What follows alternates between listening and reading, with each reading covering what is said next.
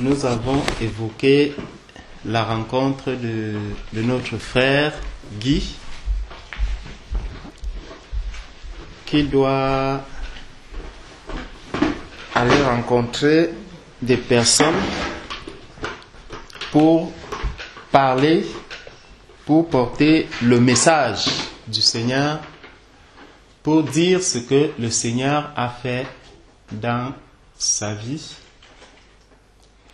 Et dans nos prières de tout à l'heure, nous avons prié le Seigneur afin qu'il nous donne la force d'aller vers des âmes perdues, d'aller continuer à annoncer son évangile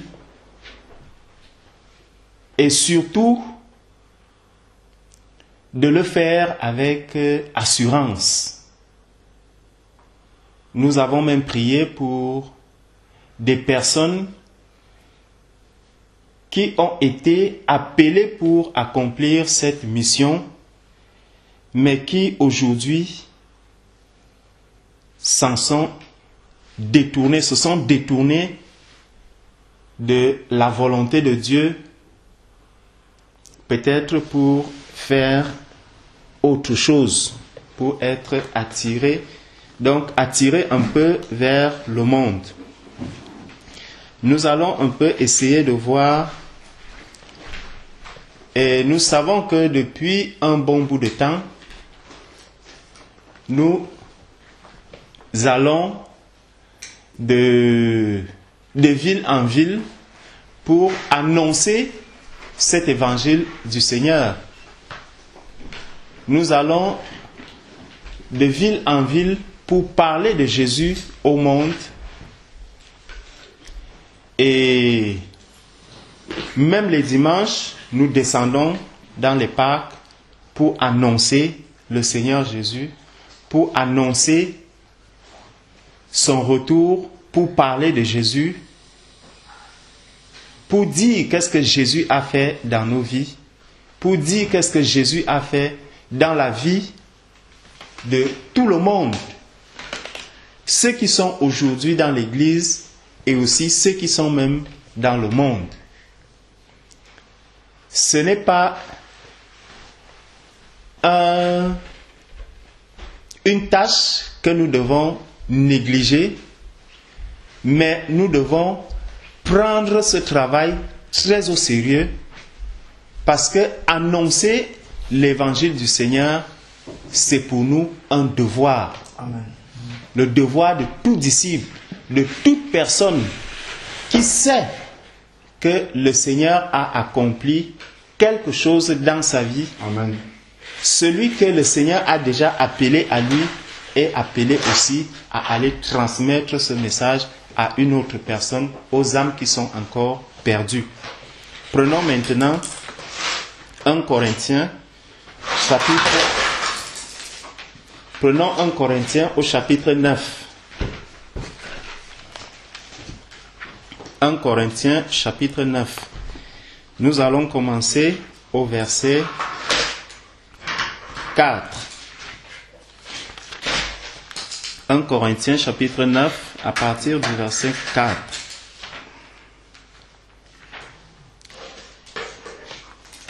Bon. Peut-être pour présenter un peu celui par lequel le Seigneur est venu nous donner cette parole. Commençons même au verset 1. Ne suis-je pas apôtre? Donc c'est l'apôtre Paul qui écrit cette lettre aux Corinthiens. Ne suis-je pas apôtre? Ne suis-je pas libre? N'ai-je pas vu Jésus-Christ, notre Seigneur? N'êtes-vous pas mon ouvrage en notre Seigneur? Si je ne suis pas apôtre pour les autres, je le suis au moins pour vous, car vous êtes le sceau de mon apostolat en notre Seigneur. c'est là ma défense contre ceux qui me condamnent. Donc, la défense de l'apôtre Paul contre qui? Contre ceux qui le condamnent. C'est que il peut au moins présenter ces personnes, il peut au moins présenter ces Corinthiens qui sont déjà transformés, qui sont devenus des êtres nés de nouveau et qui marchent conformément à la volonté de Dieu.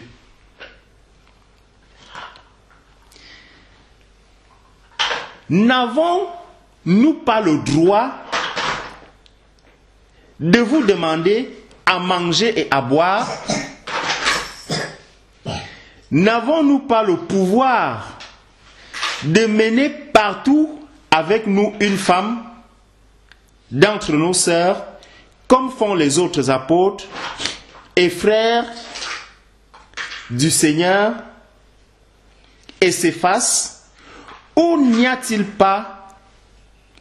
que moi seul et Barnabas qui n'ayons pas le droit de ne point travailler?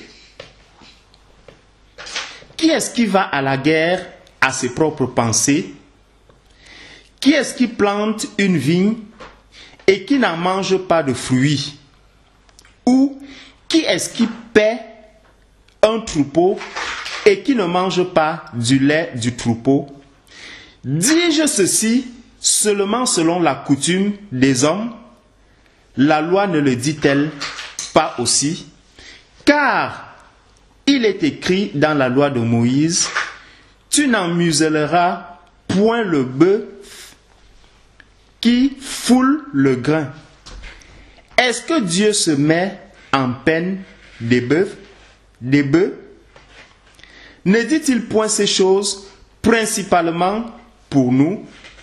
Oui, elles sont écrites pour nous, car celui qui laboure doit labourer dans l'espérance de recueillir, et celui qui foule le grain doit le fouler avec espérance d'y avoir part. Si nous avons semé parmi vous les biens spirituels, est-ce une si grande chose que nous moissonnons de vos biens charnels? Si d'autres usent de ce droit sur vous, pourquoi n'en userions-nous pas plutôt cependant? Nous n'en avons point usé, mais nous souffrons tous afin de n'apporter aucun obstacle à l'évangile de Christ. Ne savez-vous pas que ceux qui font le service sacré mangent des choses sacrées et que ceux qui servent à l'autel participent à ce qui est offert sur l'autel? De même aussi, le Seigneur ordonne que ceux qui annoncent l'évangile vivent de l'évangile. Lorsque nous nous arrêtons d'abord un temps à ce verset 14, il y a quelque chose de très important qui ressort dans ces paroles de l'apôtre Paul. Il dit toujours, est-ce que je n'avais pas le droit de faire ceci? Est-ce que nous n'avions pas le droit de faire ceci?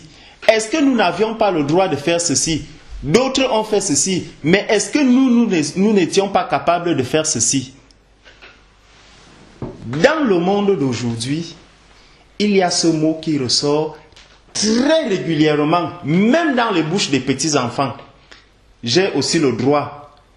J'ai le droit de faire ceci. Moi aussi, j'ai le droit. Depuis le bas âge, depuis même la maternelle, tu vas entendre un enfant. J'ai le droit. J'ai le droit. J'ai le droit. Même dans l'église du Seigneur, beaucoup de personnes disent j'ai le droit. J'ai le droit. Mais ce que l'apôtre Paul nous dit ici, il nous montre beaucoup de choses dont il avait droit. Mais il dit, j'ai fait quoi? Je suis passé dessus. Je n'ai pas voulu user de quoi? Je n'ai pas voulu user de ce droit. Et lorsque nous regardons un peu, qu'est-ce que l'apôtre Paul a essayé de laisser de côté comme droit. Il dit, je pouvais me faire financer par vous, mais je ne l'ai pas fait. Je pouvais prendre une sœur, l'amener donc, avoir aussi une personne qui pouvait m'accompagner partout où j'y allais. J'avais ce droit, mais je ne l'ai pas fait. Je pouvais même être logé par vous, nourri par vous, mais je ne l'ai pas fait. Il y a beaucoup de choses que l'apôtre Paul, dont l'apôtre Paul avait le droit, mais pour l'amour de l'évangile du Seigneur, pour que cet évangile ne soit pas blasphémé et qu'il ne soit pas mal pris, l'apôtre Paul a laissé tomber ce droit. Pourquoi?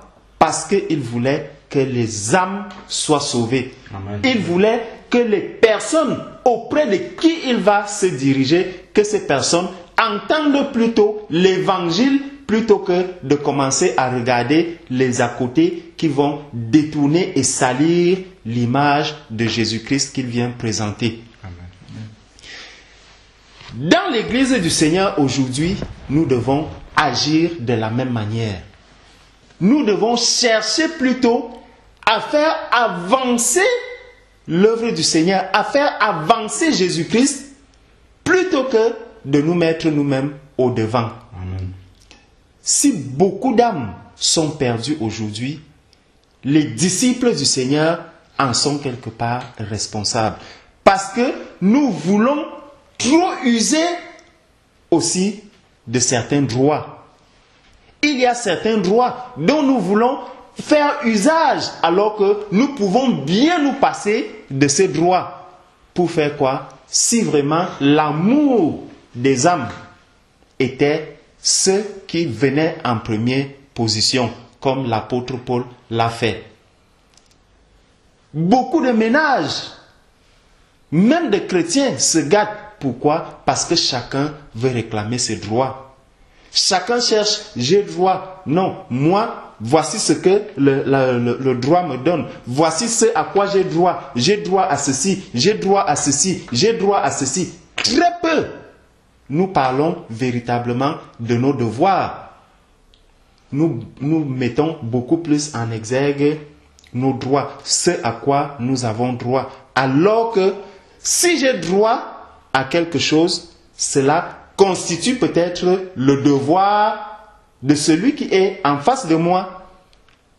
Est-ce que je suis donc prêt à abandonner mes droits aujourd'hui pour l'évangile du Seigneur? Est-ce que je suis prêt à abandonner mes droits pour que la paix revienne dans l'église du Seigneur? Pour que les âmes soient sauvées, pour que mon ménage même soit sauvé, parce que beaucoup de ménages se gâtent. Pourquoi? Simplement à cause de ce petit mot, j'ai droit. Parce que chacun reconnaît tellement ses droits, ce à quoi il a droit, qu'il ne veut pas abandonner un petit micron de ce droit. Il dit non, j'ai droit à ça, donc tu dois me le donner. J'ai droit à ceci, donc tu dois me le donner. L'apôtre Paul a abandonné énormément de droits. Tous ces droits dont il avait besoin, il s'est plutôt mis à l'œuvre du Seigneur. Pourquoi? Pour l'amour des âmes. Le Seigneur Jésus lui-même est descendu sur la terre. Il avait droit à tous les honneurs du monde, mais il a abandonné ses droits. Pourquoi? Pour que le monde ait la vie. Pour que même les païens, même ceux qui n'espéraient même pas un jour être sauvés, puissent avoir le salut. Le Seigneur a quitté son trône, où il était adoré, où il était loué, où il était glorifié. Il est venu sur la terre, abandonnant tous les droits dont il pouvait bénéficier, marcher comme toi et moi, vivre comme toi et moi. Pourquoi? Pour que l'être humain puisse être sauvé.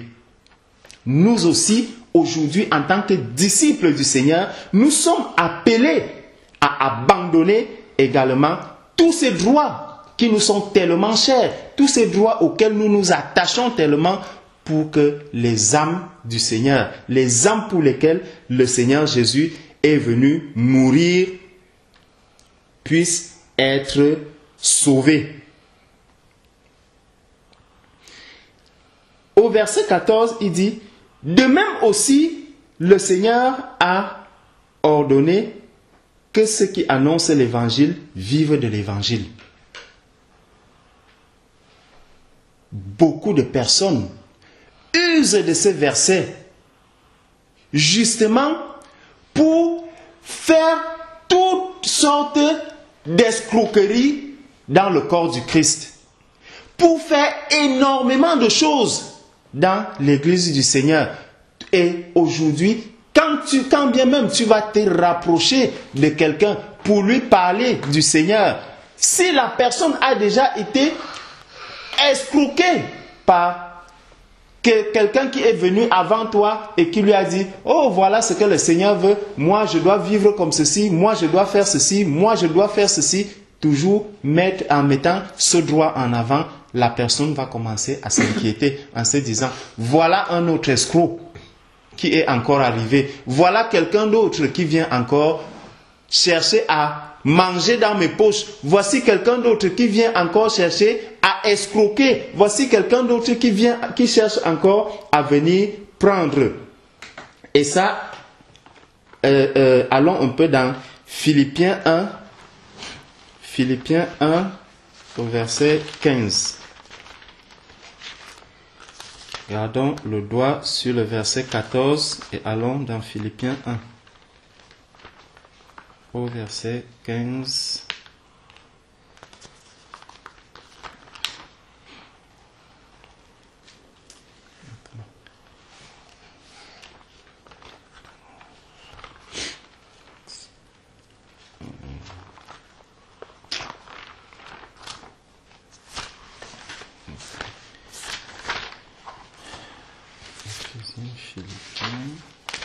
Philippiens 1, du verset 15, à partir du verset 15, nous dit, « Il est vrai que quelques-uns annoncent Christ par envie et dans un esprit de contention. » Est-ce que quelqu'un a les Bibles? Voilà. Donc, avec un... Donne-moi un peu ta version, s'il te plaît. Parce que ici, comme il y a contention, ça peut... Pardon, excuse-moi.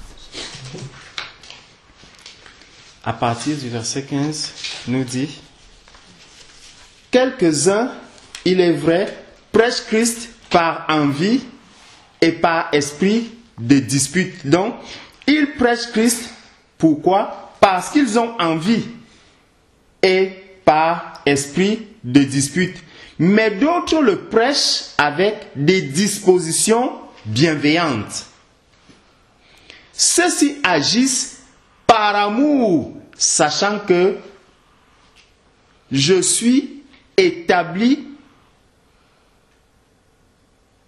pour la défense de l'évangile, tandis que ceux-là, animés d'un esprit de dispute, annoncent Christ par des motifs qui ne sont pas purs et avec la pensée de me susciter quelques tribulations dans mes liens. Donc, certaines personnes agissent ou prêchent l'évangile du Seigneur pas avec des motifs qui sont nobles.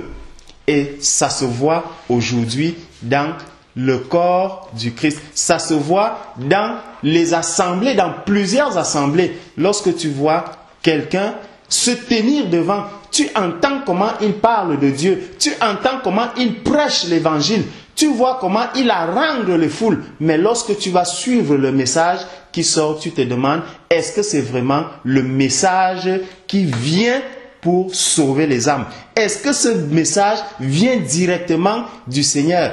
Parce que la volonté de Dieu, ne l'oublions pas, c'est que les âmes soient sauvées. Car Dieu t'a tant aimé le monde qu'il a envoyé son Fils unique afin que quiconque croit en lui ne périsse point. C'est d'abord ça. Pourquoi? C'est pour que les âmes ne périssent point, mais que ces âmes soient sauvées. Afin que quiconque croit en lui ne périsse point, mais qu'il ait la vie éternelle. Au verset 15,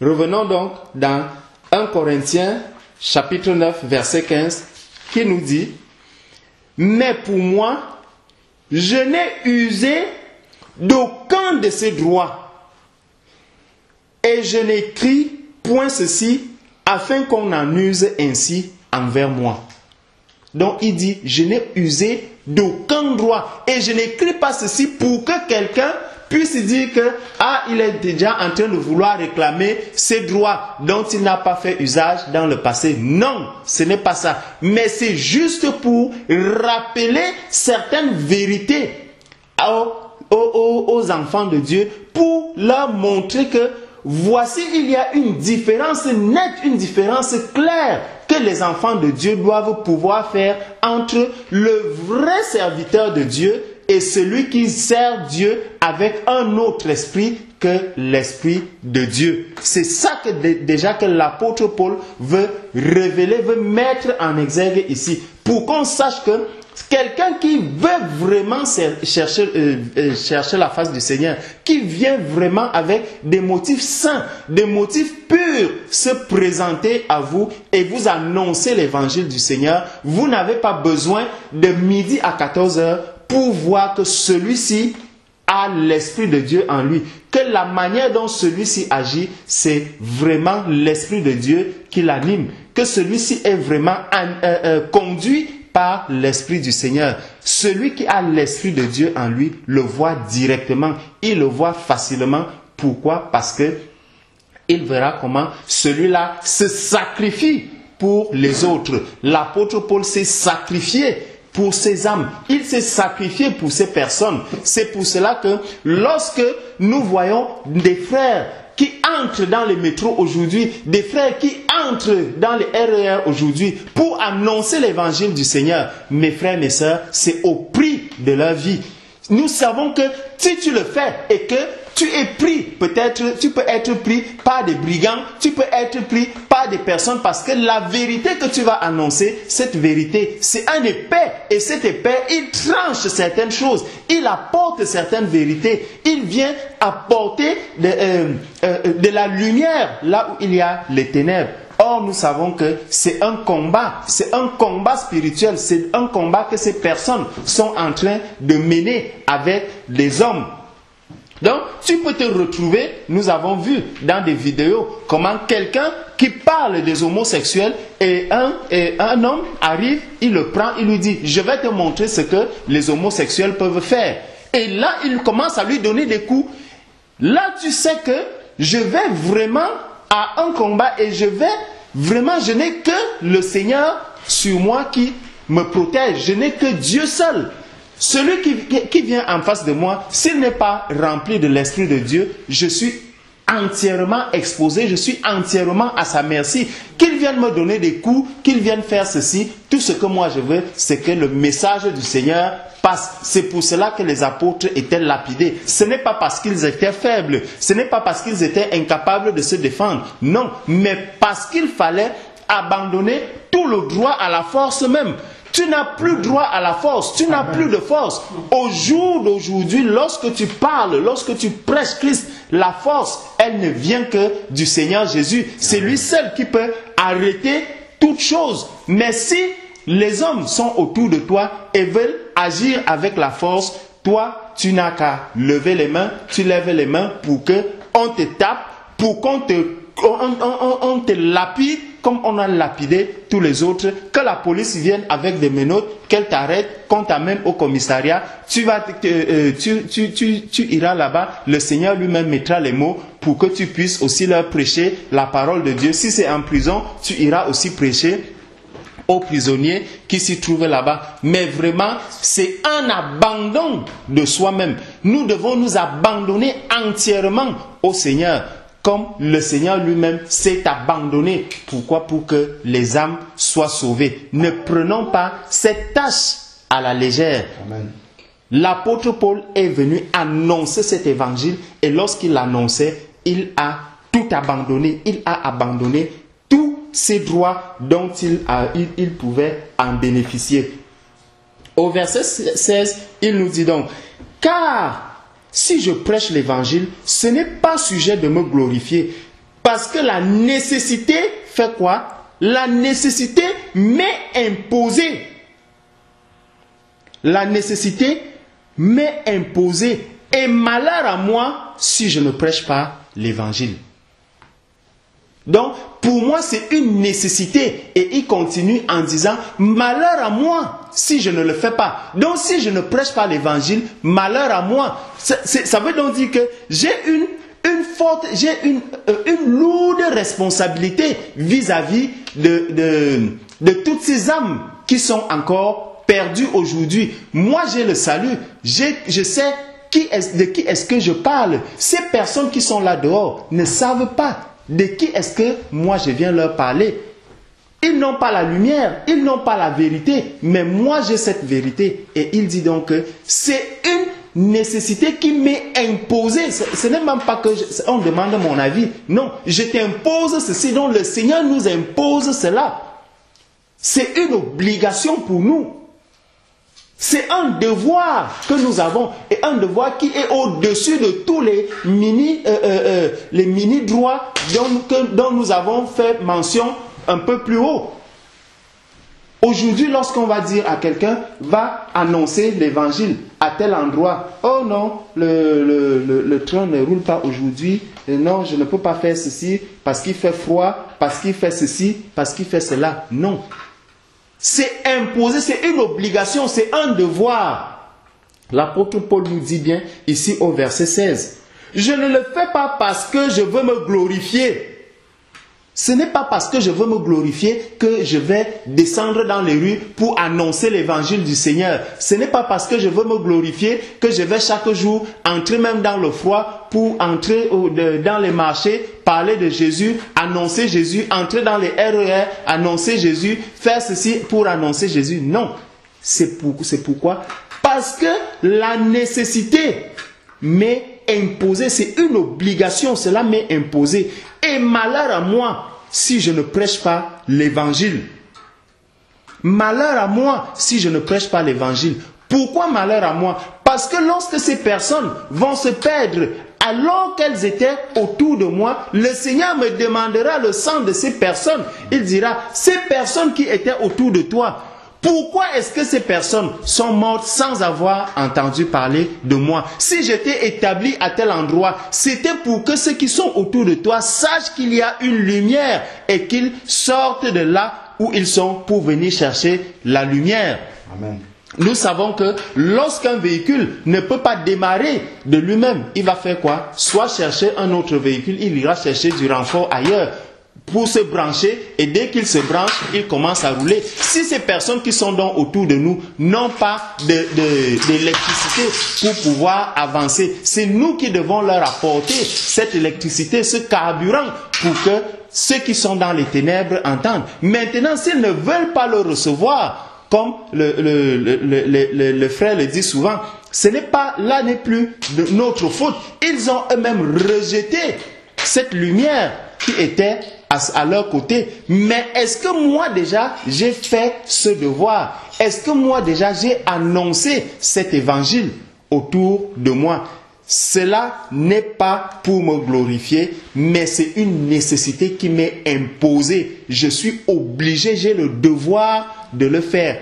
Partout où je suis, en tout lieu, que ce soit là où j'habite, dans mon lieu de travail, là où je vais en balade, je dois toujours et toujours parler de Jésus-Christ. Parce que je vais arriver à un endroit, les gens vont parler de tout, les gens vont parler de tout ce qu'ils veulent, mais dès qu'une occasion se présente où je dois prêcher Jésus, il faut que j'annonce Jésus-Christ, que je pose Jésus-Christ, que je présente Jésus-Christ. Et lorsque je l'aurai fait, là je sais que je pars de là ayant accompli le devoir qui est le mien.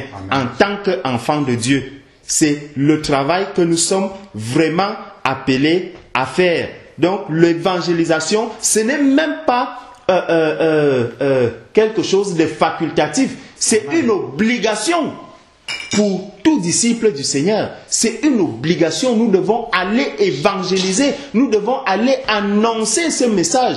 Aller annoncer Jésus-Christ partout où nous nous trouvons. Donc le Seigneur nous appelle vraiment à prendre chacun la responsabilité qui est la sienne.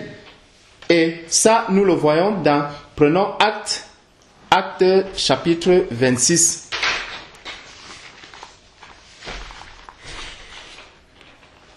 Actes 26.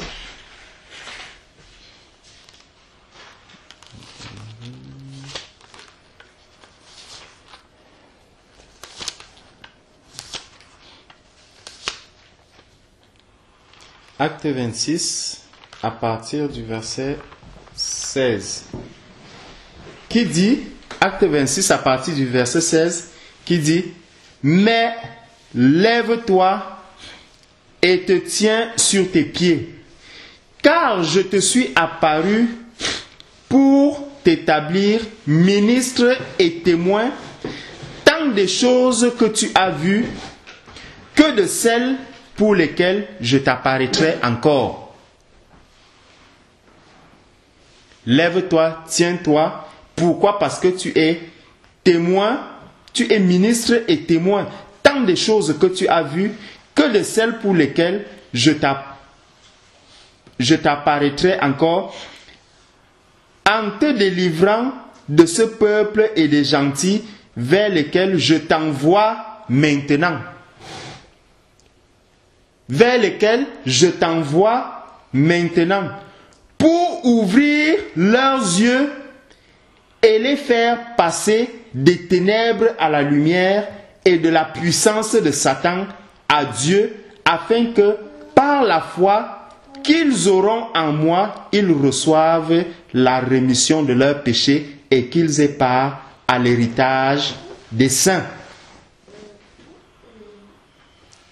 Et qu'ils aient part à l'héritage des saints. Donc, c'est vraiment un appel que le Seigneur nous appelle. Le Seigneur t'a déjà fait voir des choses. Le Seigneur m'a déjà montré des choses. Lorsque le frère Guy va se présenter à ces personnes, il doit leur dire exactement qu'est-ce que le Seigneur a fait, parce que le Seigneur lui a révélé des choses. Le Seigneur lui a montré des choses. Et ces personnes qui sont dans les ténèbres doivent entendre ces choses. Ils seront témoins que voilà ce que telle personne, tel jour nous avait dit concernant Jésus-Christ, concernant ce que Dieu a fait dans sa vie. Libre à ces personnes maintenant d'accepter ou de rejeter. Néanmoins, le Seigneur suscite des occasions pour que toute oreille entende ce message. Le Seigneur suscite des occasions pour que toute oreille entende. Même si tu es au perché, même si tu es à n'importe quel endroit, tu viendras et tu écouteras ce message. Tu l'entendras. Et celui qui aura reçu ce message va faire écho dans sa tête. Et lui aussi va le prendre et va le dire à quelqu'un d'autre. Parce que lorsque le frère ira partager, ira donner ce témoignage, certainement que des personnes le veuillent ou qu'elles ne le veuillent pas, elles vont être touchées. Même celui qui va même rejeter cette parole, de temps en temps, il va se demander, mais comment est-ce que cela est possible? Comment est-ce que cela est possible? Peut-être dans une causerie, même avec les autres collègues, il pourra leur en parler. Mais vraiment, je suis allé perdre mon temps à tel endroit. On est venu me présenter quelqu'un qui est venu nous dire que Dieu a fait ceci, il a vu Dieu, il a entendu la voix du Seigneur, le Seigneur lui a parlé de ceci, le Seigneur lui a fait ceci, le Seigneur lui a montré ceci, mais vraiment, c'est des histoires. Et la personne sera touchée, la personne va se demander. Il y a quelqu'un, lorsque vraiment l'Esprit de Dieu veut agir dans le cœur de la personne va dire, mais j'ai souvent entendu parler de ce genre de choses. Tu as vu quelqu'un qui a parlé de cela? Ne soyons pas surpris que par la suite, les gens commencent à le chercher pour qu'il leur dise, pour qu'il leur donne également ce témoignage. Dis-moi exactement, est-ce que tu as vraiment entendu?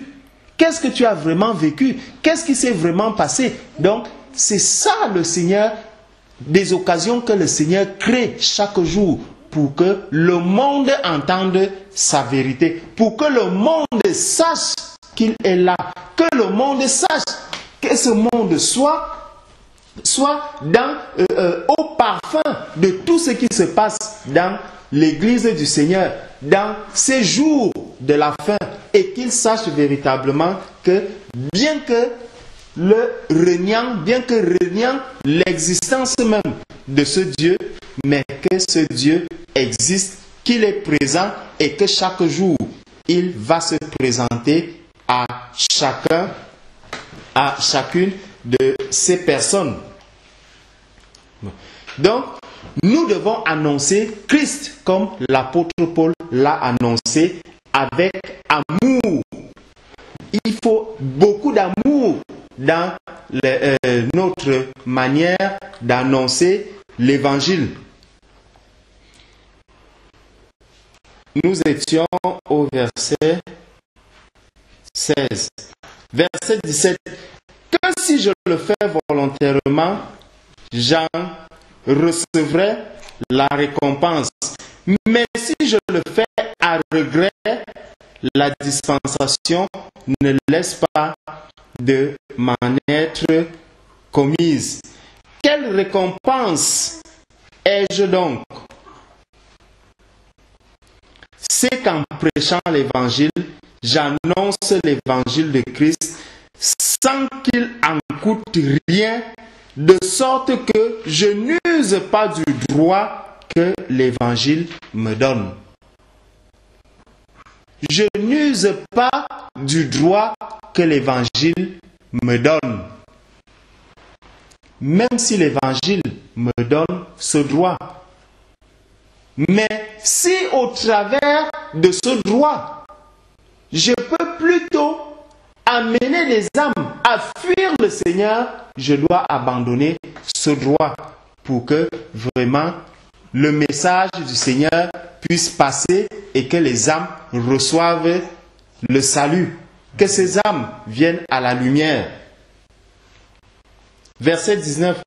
Car, quoique je sois libre à l'égard de tous, je me suis assujetti à tous afin de gagner plusieurs personnes. Je me suis assujetti afin de gagner plusieurs personnes. Donc, l'apôtre Paul va vers les autres pour faire quoi? Pour les servir.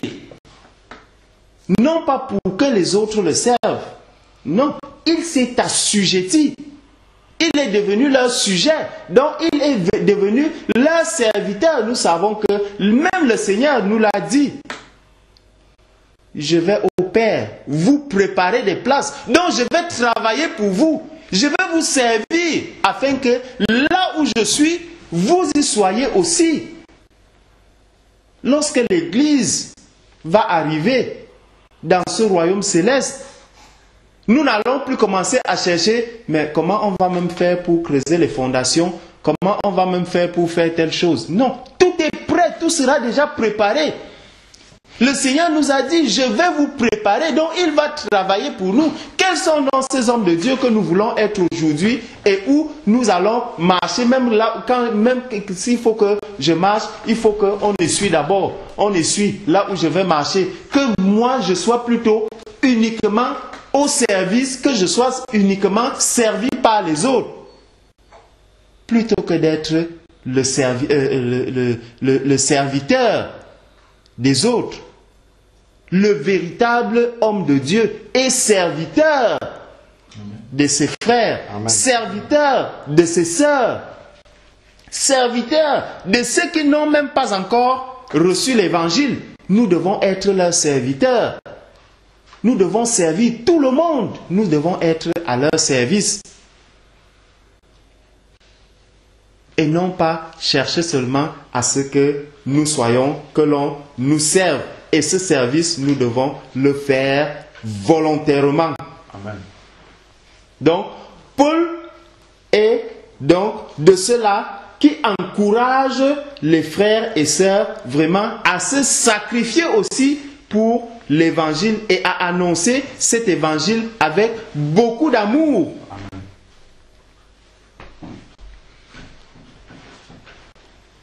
Maintenant, il dit au verset 20. J'ai été comme juif avec les Juifs. Afin de faire quoi? Afin de gagner les Juifs. Amen. Lorsque je me suis retrouvé avec les Juifs, je suis devenu Juif. Le but, ce n'était pas de continuer à vivre comme des Juifs. Le but, c'était de faire quoi? De gagner les Juifs pour que les Juifs viennent au salut. Dès que ces Juifs sont déjà venus au salut, tant mieux, ma mission est passée. Vous m'avez insulté que, oh voilà, regardez, il est devenu un Juif, il est devenu ceci. Moi, je sais pourquoi est-ce que je vais annoncer l'évangile aux Juifs. C'est pourquoi je suis en train de me comporter comme un Juif. Je suis devenu comme un Juif pour que les Juifs soient sauvés. Il dit, j'ai été comme Juif avec les Juifs, afin de gagner les Juifs. Avec ceux qui sont sous la loi, comme si j'eusse été sous la loi, afin de gagner ceux qui sont sous la loi. Avec ceux qui sont sans la loi, comme si j'eusse été sans la loi. Quoique je ne sois point sans la loi à l'égard de Dieu, puisque je suis sous la loi de Christ, afin de gagner ceux qui sont sans la loi. Là, l'apôtre Paul est en train de nous montrer un peu les stratégies qu'il utilisait pour gagner des âmes. Lorsque je vais aller évangéliser, par exemple à l'Élysée, je sais que pour y entrer, on va d'abord te dire, on va d'abord regarder le vêtement que tu portes. Je ne peux pas aller là-bas en culotte. Non, si je vais là-bas en culotte, on va me dire, mais monsieur, retournez, vous n'avez pas de place ici. Non, je dois aussi me mettre dans la peau de quelqu'un qui va à l'Élysée, sachant qu'est-ce que j'y vais faire. Maintenant, quand j'y arrive, je commence à prêcher la parole, et là, on va découvrir, mais celui-ci, malgré l'habillement qu'il a là, mais ce n'est pas l'homme que nous voyons de l'extérieur. Voilà un Juif, il est habillé comme un Juif, mais en réalité, il ne se comporte pas comme tel.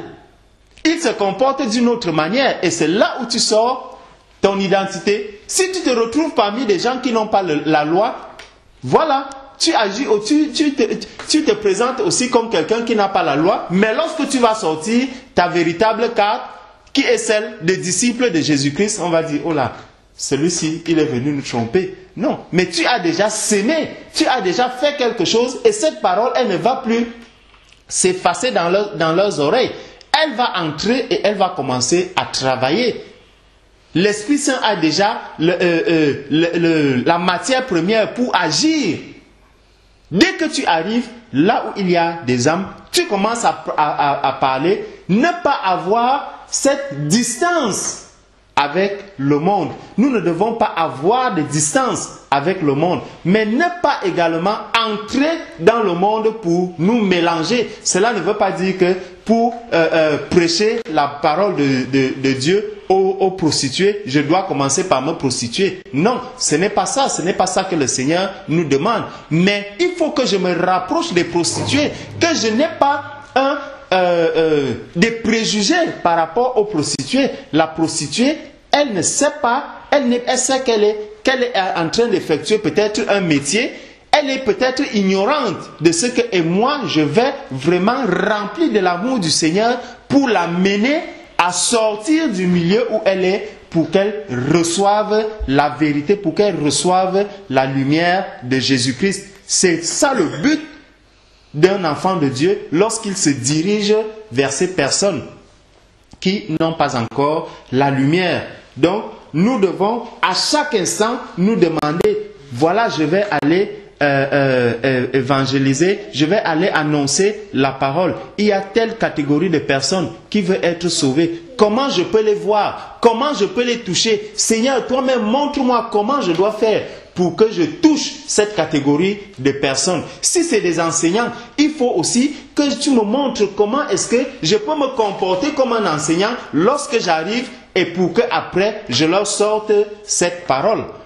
Parce que si un seul instant, tu te retrouves parmi par exemple, lorsque nous sommes allés annoncer la parole aux sans-abri, tu te dis, non, moi je ne vais pas m'asseoir avec un sans-abri, je ne vais pas toucher le sans-abri. parce qu'il y a une mauvaise odeur, parce qu'il y a ceci, tu te tiens à distance. Mais non, déjà tu crées une grande barrière entre lui et toi. Il va dire, voilà un autre qui est venu se moquer de moi.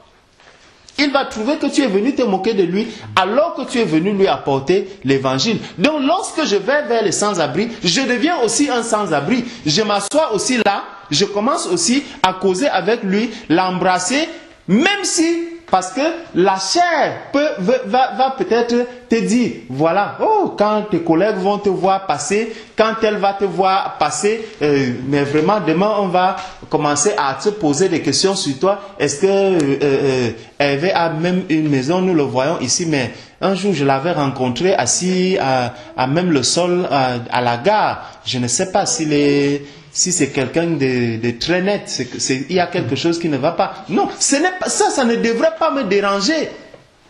Cette personne qui tient ce langage n'a pas la vérité, elle n'a pas la lumière du Seigneur. Je sais pourquoi je vais m'asseoir avec ces personnes. C'est des êtres humains, c'est des âmes qui sont chères au Seigneur. Et le Seigneur veut les sauver. Le Seigneur veut aussi les amener à la lumière. Et nous devons tous être ensemble, nous devons tous être pareils lorsque nous parlons de Jésus-Christ. Qu'il n'y ait pas de barrage, qu'il n'y ait pas de barrière. C'est pour cela que lorsque vous allez aussi entrer dans certaines assemblées, on va vous dire, là-bas c'est les anciens qui sont assis, là-bas de l'autre côté c'est la chorale, là-bas de l'autre côté c'est des fidèles sans étiquette, là-bas c'est des non-convertis, là-bas. Ça ne devrait pas exister. Si nous parlons de Jésus-Christ, je peux arriver ici, m'asseoir là, nous devons être un, nous devons être mélangés, puisque nous parlons du même Sauveur, nous parlons du Seigneur, nous parlons de Jésus-Christ. Il ne devrait plus avoir ces différences, ces dissensions, ces petites barrières, ces petites limites, ces petites hauteurs qui se montent encore entre des personnes qui parlent du même Sauveur, qui parlent du même Seigneur, qui parlent de celui-là qui est venu sauver l'humanité. Ces hauteurs ne devraient plus exister. Elles doivent être toutes bannies. C'est pour cela que lorsque vous allez aussi arriver à un endroit, vous voyez quelqu'un qui vient là devant. Oui, c'est moi. Oui, je vais parler de Jésus. Je vais vous parler de Jésus. Aujourd'hui, il parle. À la fin, vous commencez à le regarder comme un Dieu. Mais non, ça n'a pas de sens. Ça n'a pas de sens. Il est devenu juif parmi les juifs pour que les juifs soient sauvés. Et non pas, le but pour lui, ce n'était pas d'arriver chez les Juifs, leur montrer que j'ai la connaissance, leur montrer que je sais parler de Jésus, je connais Dieu, et puis s'en aller. Non, si je fais cela, ça veut dire que l'œuvre que j'ai accomplie est nulle. Amen. Si je viens chez les Juifs, c'est pour faire quoi? C'est pour gagner les Juifs. Lorsque nous allons à Aulnay pour prêcher l'évangile du Seigneur, c'est pour que les âmes qui sont à Aulnay-sous-Bois entendent cet évangile. Amen. Et soient sauvées. Ce n'est pas pour nous balader, ce n'est pas une partie de plaisir. Non, je dois le faire avec vraiment la conviction que je vais là-bas annoncer l'évangile du Seigneur. Et le Seigneur travaillera dans cette zone pour que ces âmes soient sauvées. Donc, le Seigneur nous appelle vraiment à agir avec tout l'amour dont était rempli Jésus-Christ pour que les âmes qui sont encore dans les ténèbres, les âmes qui n'ont pas encore la lumière, puissent venir au salut et qu'elles soient sauvées. Il dit, j'ai été, au verset 22, il dit, j'ai été avec les faibles, comme si j'eusse été faible, afin de gagner les faibles. Je me suis fait tout en tous, afin de sauver au moins quelques-uns. Donc, le but vraiment, c'était de faire quoi? C'est que quelques-uns puissent être sauvés. Tout ce que je faisais, c'était pour que tous ceux-là auprès de qui je me tournais soient également sauvés. Verset 23. Et je fais tout cela à cause de l'évangile, afin d'avoir part au bien qu'il promet. Je fais cela afin d'avoir part au bien qu'il promet. Et c'est comme cela aussi que Dieu a agi.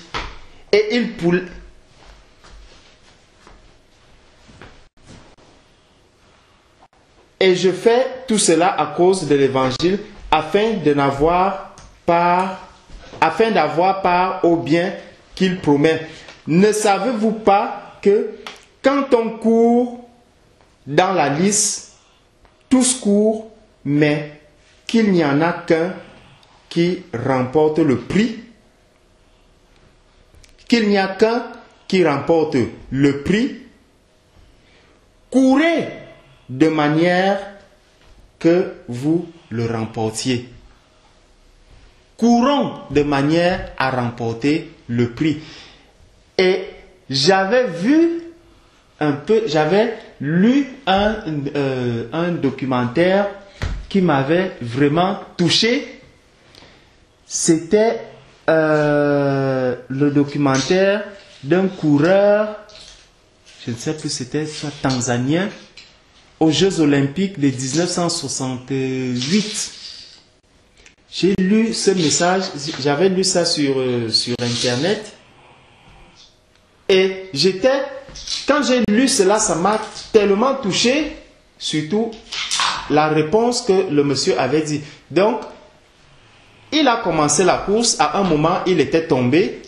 Et lorsqu'il est tombé, il s'est cassé la jambe. Le monsieur est reparti. La course était déjà finie. Plus tard, il a demandé qu'on le ramène sur la piste. Il est revenu à la piste. Au niveau où il était tombé, il a continué. Donc la course était terminée. Les gens étaient presque partis. Il a continué. Et on le prenait comme pour un fou. Il a continué jusqu'au bout. Et quand on lui a demandé pourquoi est-ce qu'il a fait, il a dit, ce n'est pas, la Tanzanie ne m'a pas amené à la course pour que je quitte en chemin. Ce n'était pas pour que je n'arrive pas au terme de la course. Ils m'ont choisi pour les représenter afin de faire quoi? Que j'achève cette course. Donc, même si j'ai commencé la course, même si mon pied s'est cassé, il faut quand même que j'achève cette course. Bien qu'il n'y ait pas de gens, bien qu'il fasse ceci, ce n'est pas une façon de dire que je vais attendre achever peut-être après l'enlèvement. Non. Maintenant, nous devons savoir que le but pour nous, c'est que même si nos pieds se cassent, même si quoi arrive, nous avons un but à atteindre. Et c'est ce but-là que nous devons véritablement rechercher. Nous devons chercher à arriver au terme de notre combat. Amen. Tant que nous n'avons pas vu le terme du combat, mes frères, mes sœurs, ne baissons pas les bras. Allons-y, fonçons. Que Satan essaye d'apporter tout le petit trouble qu'il va apporter. À un moment, la prière avec la puissance du Seigneur va dissiper tout cela et nous allons continuer la marche du Seigneur.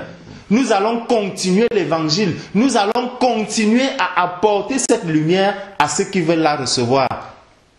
Pour que cet évangile ne soit pas blasphémé, mais qu'il soit reçu par le plus grand nombre.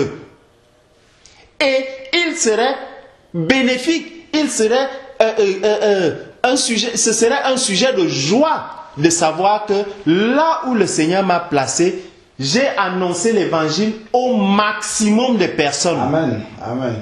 Ce serait vraiment une grâce. Ce serait dommage que le Seigneur me place ici et que juste même une dizaine ou une vingtaine de personnes ne puissent pas entendre un jour parler de Jésus-Christ, ne puissent même pas recevoir un traité. Si je ne peux pas accéder, le Seigneur nous a accordé la grâce aujourd'hui de pouvoir avoir ces traités.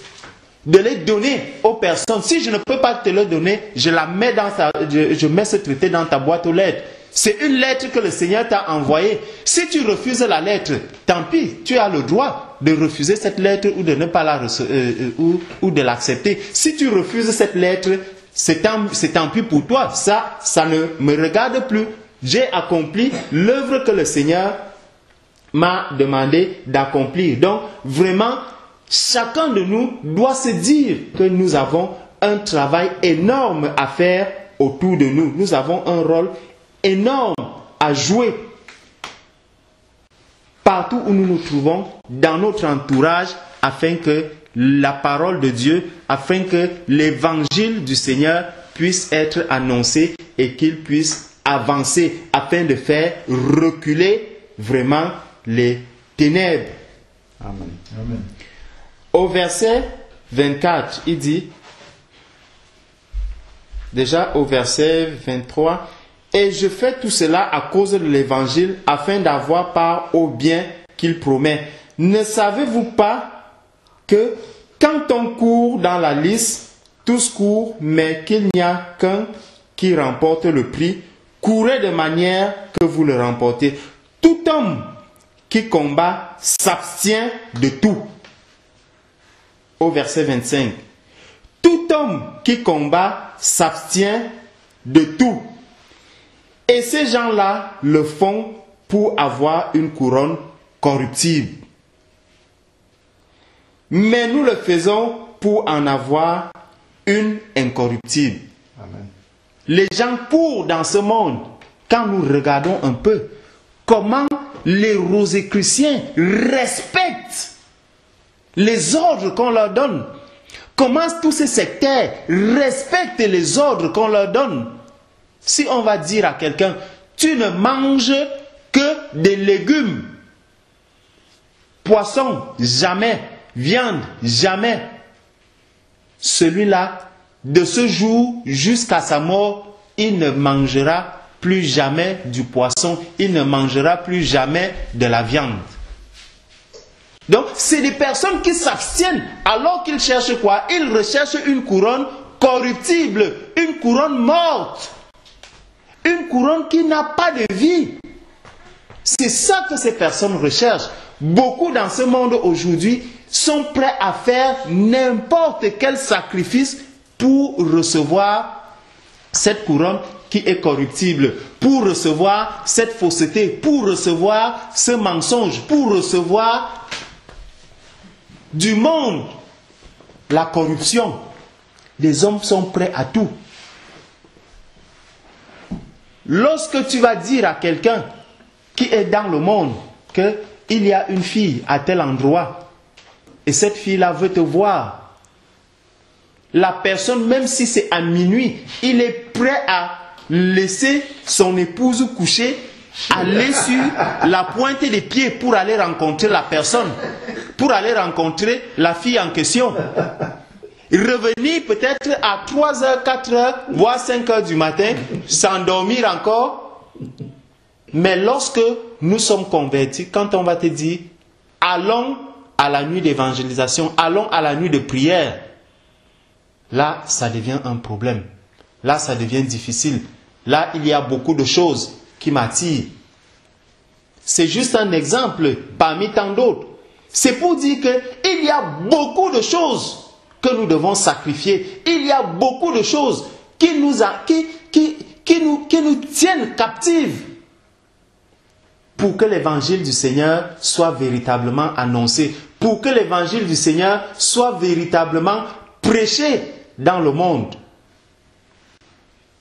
Tout peut arriver. Tout. Mais lorsque quelqu'un sait qu'il a un but, qu'il vise quelque chose, s'il faut que j'aille à cet endroit, à cause de l'évangile du Seigneur, rien ne doit m'arrêter. Il n'y a que le Seigneur seul qui doit me dire stop, maintenant n'y va pas. Et là, je n'y vais pas. Même qu'il pleuve, qu'il neige, qu'il fasse quoi, je vais y entrer. Et je vais commencer à prêcher l'évangile du Seigneur. Je vais commencer à parler de Jésus-Christ. Je vais commencer à annoncer l'évangile de Jésus-Christ. Pour faire quoi? pour que les âmes soient sauvées.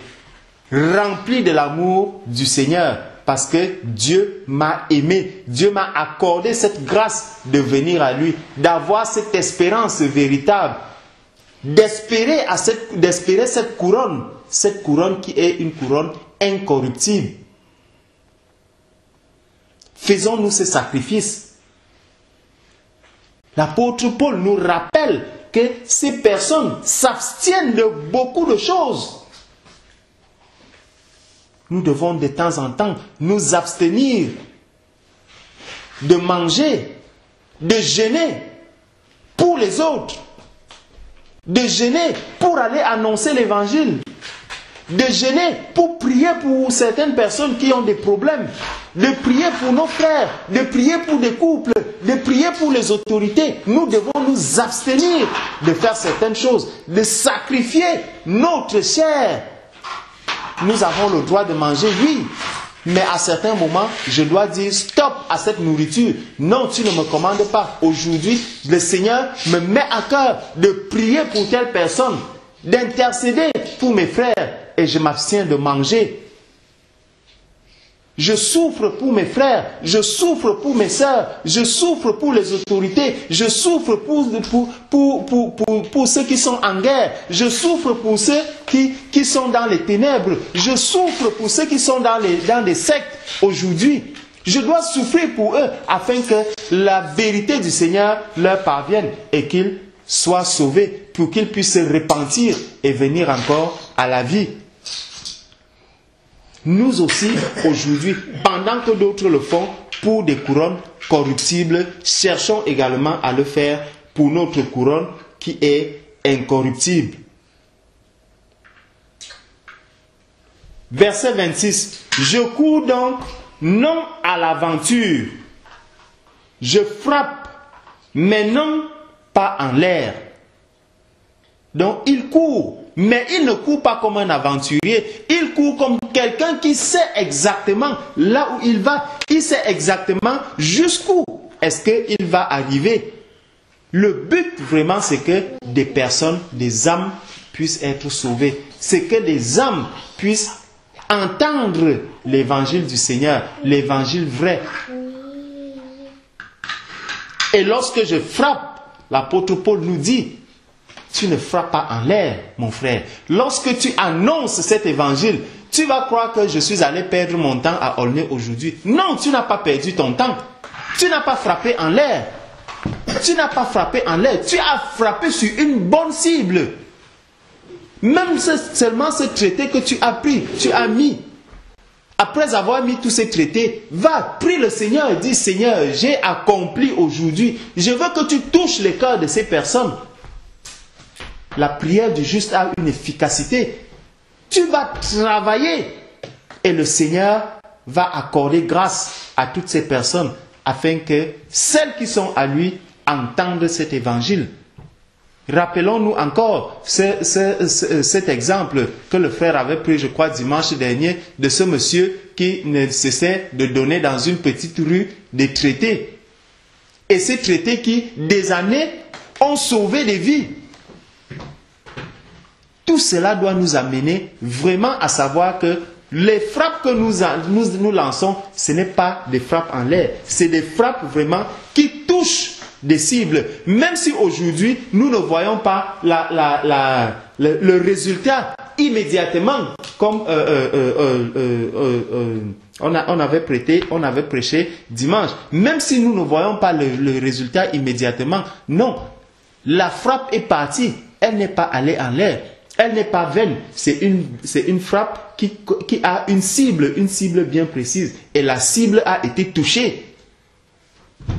Et ça, nous devons l'accepter déjà avec foi.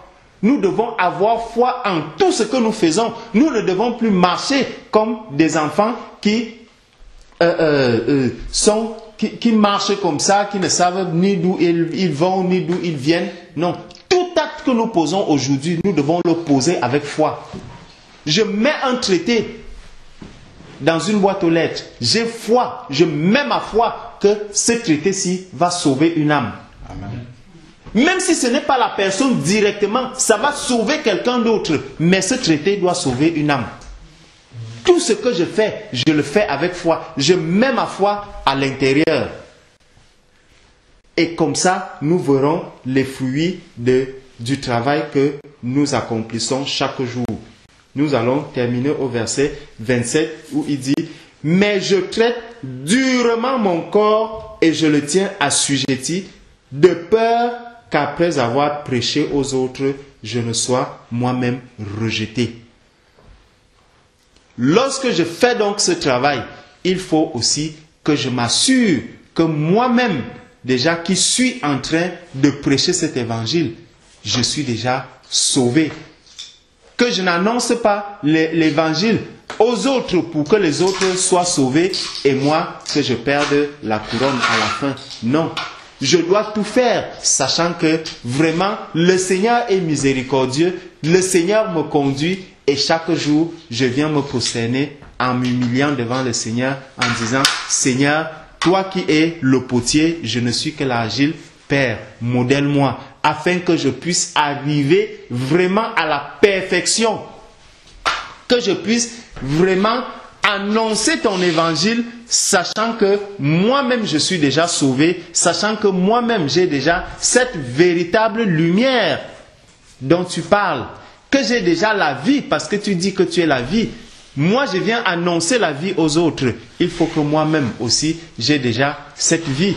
Comme dimanche, il y a 2 ou 3 semaines aussi, le frère nous disait encore qu'avant de donner la nourriture aux autres, que je sois déjà sûr moi-même que j'ai de quoi manger. Je ne peux pas aller dire aux gens, je vais vous donner à manger alors que moi-même je n'en ai pas. Non, ce serait un mensonge. Je ne serais pas en train de leur dire la vérité. Et justement, c'est ce mensonge que beaucoup annoncent aujourd'hui dans le monde. Parce que celui qui transforme l'évangile du Seigneur, celui qui déforme l'évangile du Seigneur, c'est parce que lui-même n'a pas la vérité. C'est parce que lui-même n'a pas déjà la vie. Et quelle vie est-ce qu'il peut donc venir donner aux autres? Non, il va leur donner plutôt le mensonge. Il va plutôt leur donner la corruption. Il va plutôt leur donner une couronne qui est corrompue. Étant donné que lui-même n'a pas la vérité. Cherchons donc nous-mêmes déjà à marcher dans la sanctification sans laquelle nul ne verra la face du Seigneur. Sanctifions-nous, marchons dans la volonté de Dieu et laissons-nous guider par le Seigneur Jésus. Que lui-même bénisse son Église. Amen. Amen. Amen. Un petit peu ce que le frère a déjà, l'Esprit de Dieu nous a déjà dit par notre frère.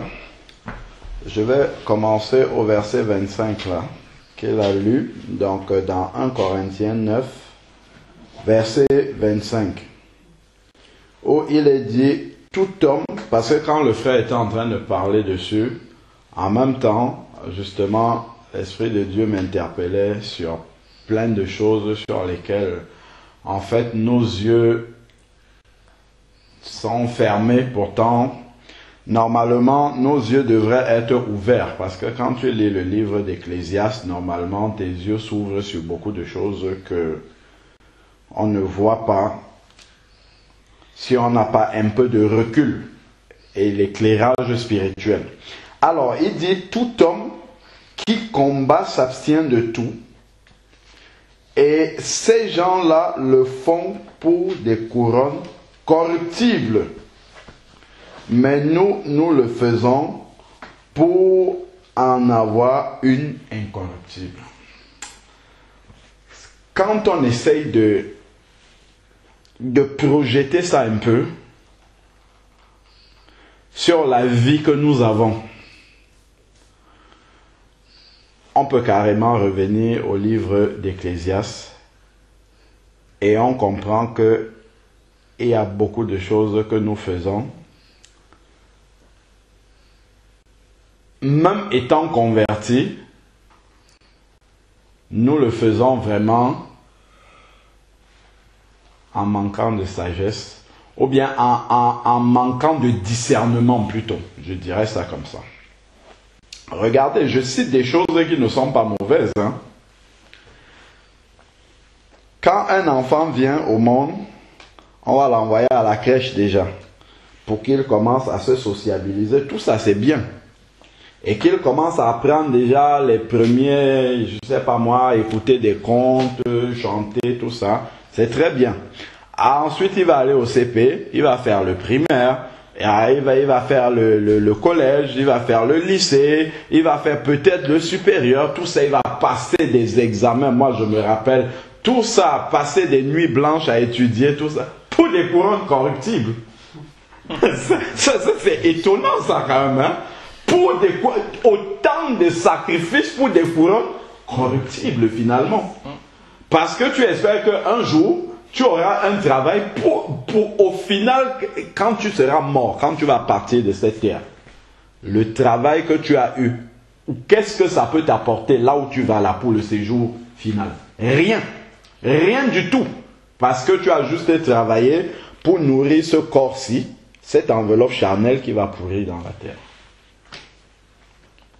Ça, c'est la vérité. Quand tu travailles, tu te lèves tôt le matin, le réveil sonne, tu t'es couché peut-être tard, tu es fatigué comme pas, mais il faut que tu ailles travailler. Tu ne peux pas te permettre de manquer si ce n'était pas prévu. Tu te donnes autant de mal pour une couronne corruptible. À la fin, tu auras un salaire, mais à la fin du mois, ce salaire-là sera passé. Vanité, ça sera passé, il n'y aura plus rien du tout. Ça, ce sont des choses qui doivent travailler dans notre cerveau. Se demander, mais Seigneur, finalement, pourquoi je suis sur la terre? Qu'est-ce que je fais là? Quel est le but maintenant que tu m'as appelé? Vers quoi est-ce que l'essentiel de ma vie doit être tourné? Je vous assure que l'essentiel de notre vie doit être... Beaucoup d'enfants de Dieu ils sont sauvés, mais ils n'ont pas encore compris ça. C'est-à-dire qu'ils sont sauvés, mais leur priorité, leur énergie, leur intelligence, leur bien matériel, tout ce qu'ils ont, c'est encore au service des vanités. C'est-à-dire qu'ils se donnent encore tant de mal pour des couronnes corruptibles, pour des choses qui n'en valent pas la peine. Et ça, j'ai de la peine. Je me demande, mais est-ce que réellement l'évangile, c'est une bonne nouvelle pour les gens? Moi, je me pose réellement, sincèrement, je me pose cette question-là. Parce que quand je regarde un peu, à partir des évangiles, Jésus a bien donné l'ordre aux apôtres, allez répandre la bonne nouvelle, et ainsi de suite. Mais si vous êtes attentifs à partir des actes des apôtres, les apôtres ne prêchaient pas aux gens d'aller répandre la nouvelle. Hein. Ils ne le disaient pas. C'était naturel qu'il fallait le faire. On n'avait pas besoin de dire à quelqu'un. Ce que les apôtres faisaient, c'est qu'ils enseignaient aux gens, bon, maintenant que tu es converti, tu es devenu une nouvelle créature, voici les changements qui vont intervenir dans ta vie parce que Jésus t'a racheté, ainsi de suite. Et il te parle de celui que tu as accepté, Jésus. Mais quand les gens se rendaient compte que, ah, mais maintenant, avant j'étais un pécheur lié par tant de choses, maintenant je suis délivré de ces choses-là. L'alcool n'a plus aucune autorité sur moi, la fornication n'a plus aucune autorité sur moi, telle chose, ça n'a plus aucune autorité sur moi. Mais il regarde autour de lui, mais il voit son frère qui est encore lié par toutes sortes de choses. Mais la première chose que tu as à lui dire, c'est que tu n'es pas obligé d'être comme ça. Jésus t'a libéré. C'est naturel, en fait. C'est naturel. Si tu es libre et que tu vois ton frère en prison et que tu as la possibilité de le sortir, je crois que humainement même, c'est la chose la plus naturelle qui doit couler, d'aller ouvrir la porte de la cellule pour qu'il sorte. Mais nous, on a l'évangile, il faut qu'on rappelle à un chrétien qu'il faut qu'il partage ça. Mes amis, nous nous trompons, nous nous mentons. Mettons-nous devant le Seigneur à genoux et demandons-lui, Seigneur, depuis que tu m'as sauvé, est-ce que réellement c'est une bonne nouvelle pour moi? Je doute fort que le Seigneur nous dise que tu as compris que c'est une bonne nouvelle. Je doute fort, vraiment. Je doute fort. Parce que je prends souvent des exemples, mais vraiment terre à terre. Quand on dit par exemple que encore des couronnes corruptibles. Si on dit maintenant que à l'heure où nous sommes en train de parler là, les vanités de ce monde, iPhone 6, les gens se mettent en rang pour attendre la sortie du iPhone. D'autres viennent avec leur tente, ils dorment là. La prison. Pour des couronnes corruptibles. Ok. Si iPhone 6 sort maintenant, ou iPhone 8, ou 7, ça sort maintenant, on dit que maintenant on est en train de distribuer ça à l'heure, si je ne sais pas, il est quelle heure? Il est 4 heures du matin. On est en train de distribuer ça maintenant, je ne sais pas moi, dans le 78 là-bas.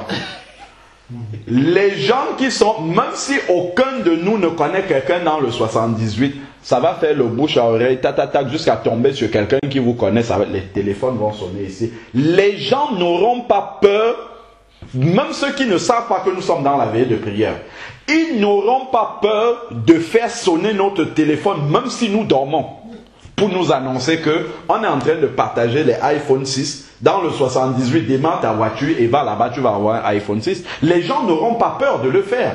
Et nous-mêmes qui allons recevoir cette nouvelle-là, nous n'allons pas mal le prendre. Nous allons dire vraiment, merci beaucoup de m'avoir réveillé. Tu as fait une très bonne action. Je m'en vais pour prendre aussi mon iPhone 6 sur des couronnes corruptibles. Moi, j'interpelle l'être humain, même pas de s'asseoir et de réfléchir simplement sur des choses comme ça.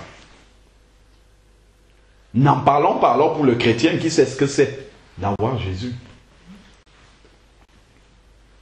Est-ce que réellement c'est une bonne nouvelle? Parce qu'une bonne nouvelle qu'on garde, je me demande est-ce que c'est une bonne nouvelle?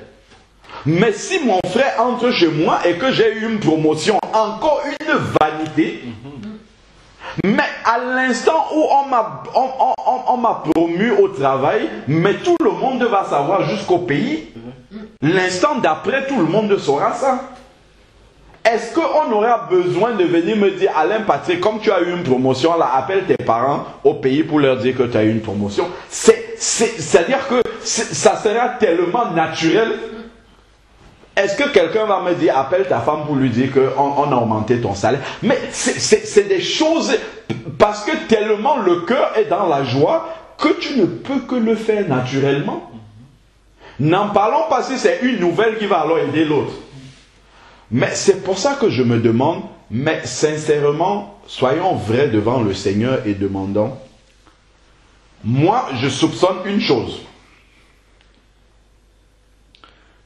C'est qu'en réalité, nous disons que nous avons compris l'évangile, mais nous ne l'avons pas compris. C'est la seule chose que moi, je peux accepter.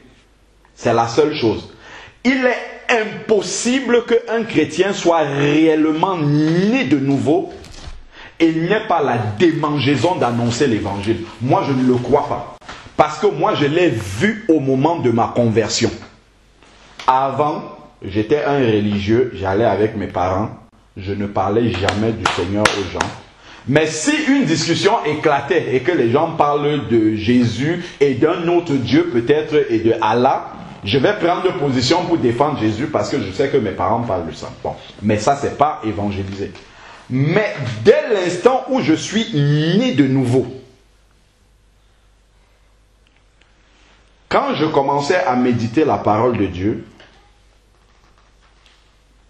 l'Esprit de Dieu éclairait cette parole-là, c'est comme si je la lisais pour la première fois, alors que je lisais déjà avant d'être converti. Ça n'a pas mis quelques semaines, même pas peut-être 1 ou 2 semaines, naturellement, il n'y a pas quelqu'un qui m'a dit que je dois partager ça.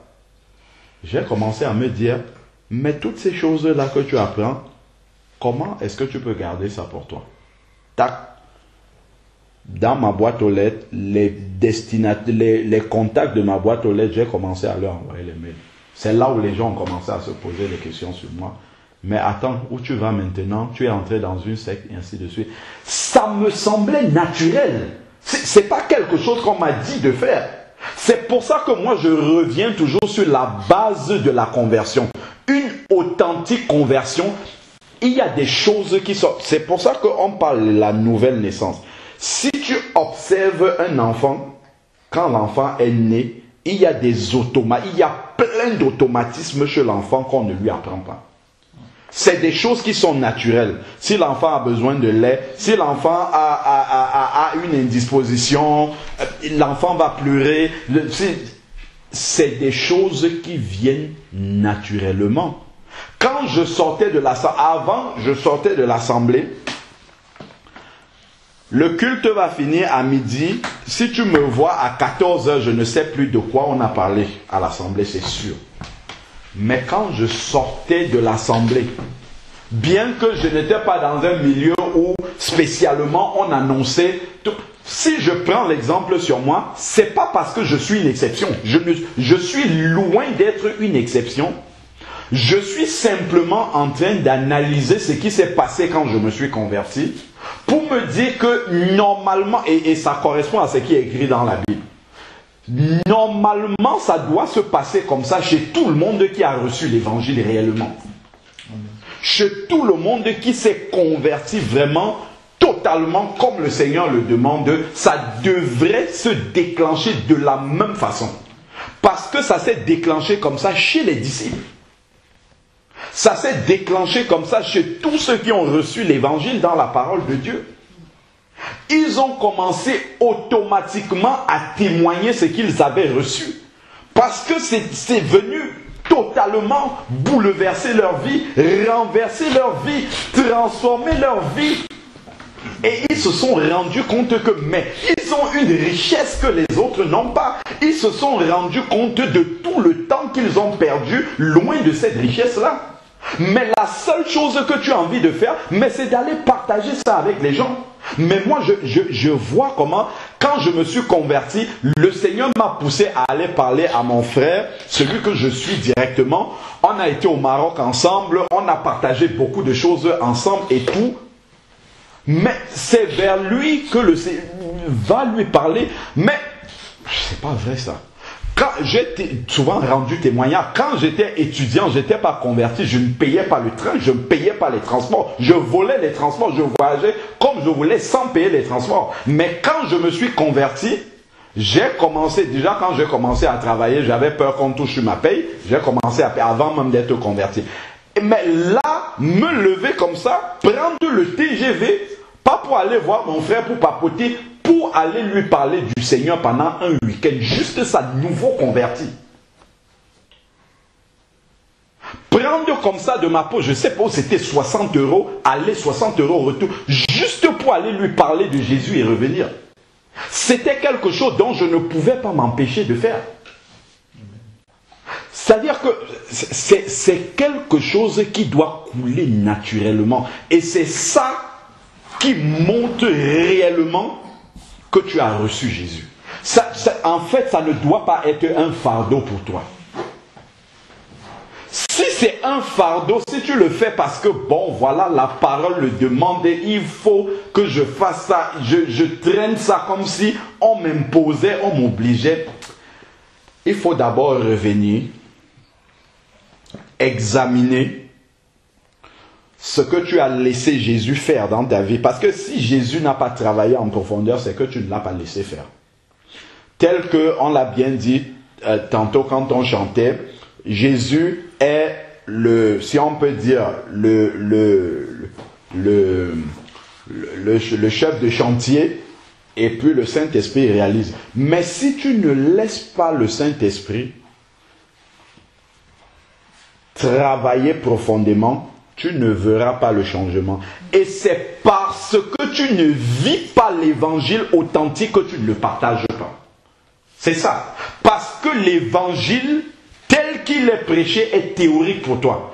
il n'a pas réussi comme il doit le réussir dans ta vie. C'est pour ça que tu ne le partages pas. Ça, c'est la vérité, ça. C'est pour cela que les gens ne sortent pas pour répandre l'évangile. Ça, c'est la vérité que tout le... Ça, c'est parce que les gens... Je vois, quand on voit le frère François Georges en train de parler du Seigneur à Châtelet, je vois un commentaire de quelqu'un dire il faut avoir reçu le don d'évangéliste pour faire ça. C'est faux, c'est pas la vérité. C'est parce que les gens ne vivent pas l'évangile authentique. Si tu vis l'évangile authentique, si Dieu a vraiment changé ta vie, je t'assure que tu n'as pas besoin d'avoir un don particulier. Comme la Samaritaine. Tu vas te lever pour aller... Jésus lui a dit, abandonne ta cruche pour aller faire quelque chose. Non. Non. Elle a eu une authentique rencontre avec Jésus. Et dès cet instant-là, le programme même de sa journée, elle est venue puiser l'eau. On ne sait même pas. Elle avait besoin sûrement d'eau. Peut-être quelqu'un l'attend à la maison avec cette eau-là. Peut-être elle a un programme de laver sa vaisselle ou bien... Elle a laissé tout ça. Elle a oublié ce qu'elle avait à faire avec cette eau-là. Elle a déposé sa cruche. Ce n'est même pas je prends un peu d'eau, je dépose à qui a besoin à la maison et je continue au marché. Son programme a littéralement changé quand elle a rencontré Jésus. Pour aller faire quoi? Pour aller dire aux gens. Aller dire. Elle venait, si vous lisez les versets, elle est venue au puits à midi. Il n'y avait personne. C'est étonnant que dans un village, dans une ville comme celle-là, il n'y ait personne à midi au puits. C'est-à-dire qu'elle savait qu'à ce moment-là, il n'y avait personne. Donc elle fuyait les gens. Mais maintenant qu'elle a rencontré Jésus, elle court pour aller annoncer ça. La vérité, je le dis encore par l'Esprit de Dieu, la vérité pour laquelle, la vérité sur le fait que l'Église n'évangélise pas, c'est parce que Jésus n'a pas transformé nos vies. Non pas parce qu'il n'en a pas la capacité, mais parce qu'on ne l'a pas laissé faire. Si l'Évangile a les vraies personnes qui évangélisent de tout cœur, c'est parce que Dieu a travaillé dans leur vie et ils ont quelque chose à partager. Ça, c'est la vérité, ça. Si l'Évangile réussit dans ta vie, les gens qui vont jouer au loto là et qui gagnent, mais partout ils vont dire, mais jouez au loto, jouez, vous allez gagner. Pourquoi? Parce qu'ils ont expérimenté, ça a marché. Mais si l'évangile n'a pas marché dans ta vie, pas parce que Jésus ne peut pas faire marcher, parce que tu n'as pas laissé Jésus travailler, parce que tu n'étais pas converti comme il faut, parce que l'Esprit de Dieu n'est pas allé jusque dans les détails comme il doit travailler dans ta vie, mais qu'est-ce que tu vas aller partager avec les gens? Qu'est-ce que tu auras à partager avec les gens? Tu auras du mal à leur expliquer que l'évangile marche. Ça sera lourd pour toi. C'est pour ça que c'est un fardeau. Mais si tu es réellement convaincu qu'après la mort c'est le jugement, mais tu vas te lever devant le métro et le dire aux gens qu'ils fassent ce qu'ils veulent avec. Mais si tu es totalement convaincu que c'est ça la vérité, mais tu vas le dire. Tu vas le dire. Donc c'est pour cela que vraiment, il faut qu'on se pose les bonnes questions là où la question doit se poser. On ne doit pas plus motiver les gens pour qu'ils sortent évangéliser. Les apôtres n'ont jamais fait ça. Ils n'ont pas dit aux gens sortez. Allez. Jésus a dit, parce que c'était nouveau, ils apprenaient, mais les apôtres, c'est qu'ils ont fait. Eux-mêmes, ils ont fait le travail que Jésus leur a dit et ils ont commencé à expliquer l'évangile aux gens. Mais quand les gens voyaient la transformation dans leur vie, quand on voit Étienne, il n'avait pas peur de mourir comme ça en parlant du Seigneur. Il n'avait pas peur de ça. Il savait ce qu'il a expérimenté et qu'il fallait partager. Il n'avait pas peur de se mettre devant le Sanhédrin, de se mettre devant les anciens et de parler de la vérité de l'évangile. Parce qu'il avait expérimenté. L'expérience... Le problème, c'est que la Bible, elle est théorique pour beaucoup d'entre nous. Donc, c'est comme si on allait à un débat. Si on te dit, bon, lève-toi, va à TF1 ou bien n'importe, pour parler de la... Oui, bon, ok, tu vas débattre contre l'imam,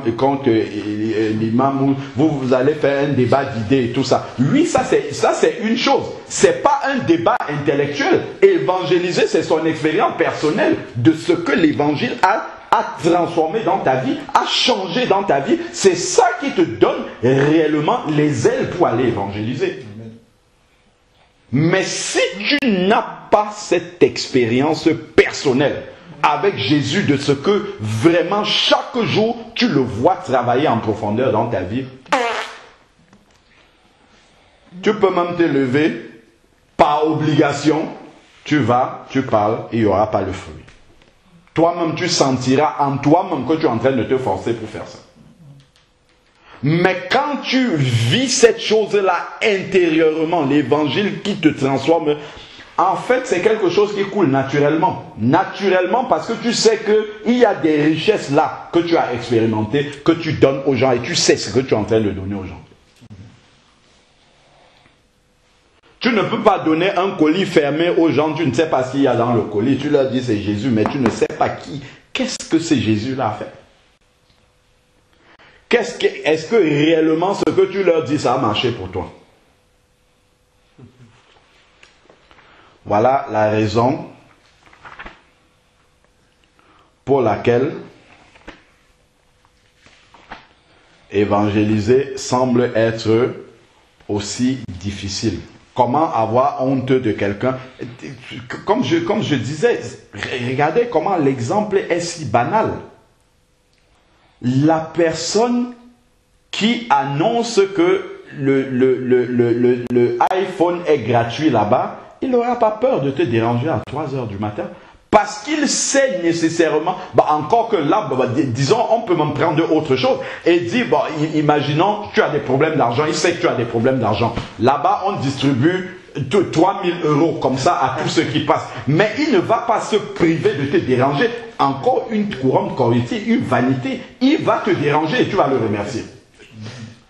Parce qu'il sait que c'est bon pour toi, il va te le dire automatiquement, quel que soit le dérangement qu'il va apporter.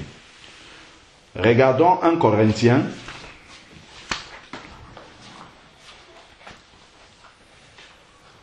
« 1 Corinthiens chapitre 3.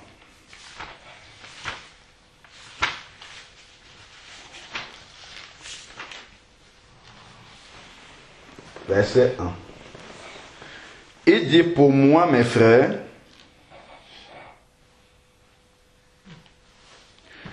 je n'ai pu vous parler comme à des hommes spirituels, mais je vous ai parlé comme à des hommes charnels, comme à des enfants en Christ. Hommes charnels, enfants en Christ. Je vous ai donné du lait à boire. Pourquoi? Parce que ce sont des enfants et qu'ils sont encore charnels. Ils ne sont pas spirituels, ils sont charnels.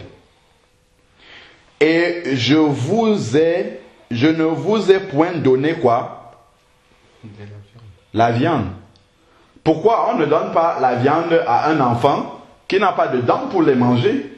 Il est encore enfant, il n'a pas toutes les dents pour manger et il est charnel. Car vous n'étiez pas en état de la supporter, de supporter la viande. Et même présentement, vous ne le pouvez pas encore. Pourquoi? Parce que vous êtes charnel. Vous êtes encore au niveau de la chair. Vous n'avez pas encore compris la révélation spirituelle des choses.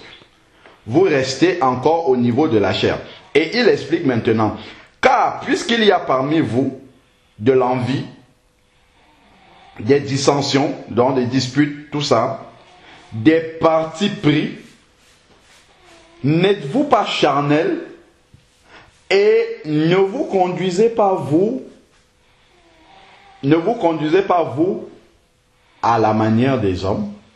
Donc au lieu d'être conduit par l'esprit, on est conduit par la chair, à la manière non pas de l'homme spirituel, mais de l'homme charnel. On raisonne encore selon la chair. Et vous allez voir en quoi est-ce que c'est un rapport avec l'évangélisation bientôt. Alors, l'autre va dire, car l'un dit, pour moi, je suis de Paul. Et l'autre, moi, je suis d'Apollos. Voilà les dénominations. N'êtes-vous pas charnel? Les dénominations, ça vient de la chair, c'est là écrit. Qu'est donc Paul? Qu'est Apollos? Sinon des ministres par le moyen duquel vous avez cru, selon que le Seigneur l'a donné à chacun d'eux. J'ai planté, Apollos a arrosé, mais Dieu a donné l'accroissement. Donc, je m'arrête simplement sur le fait que ils sont encore charnels, il leur donne du lait et non de la viande parce qu'ils ne peuvent pas supporter. Allons maintenant dans Jean, chapitre 4. Jean, chapitre 4.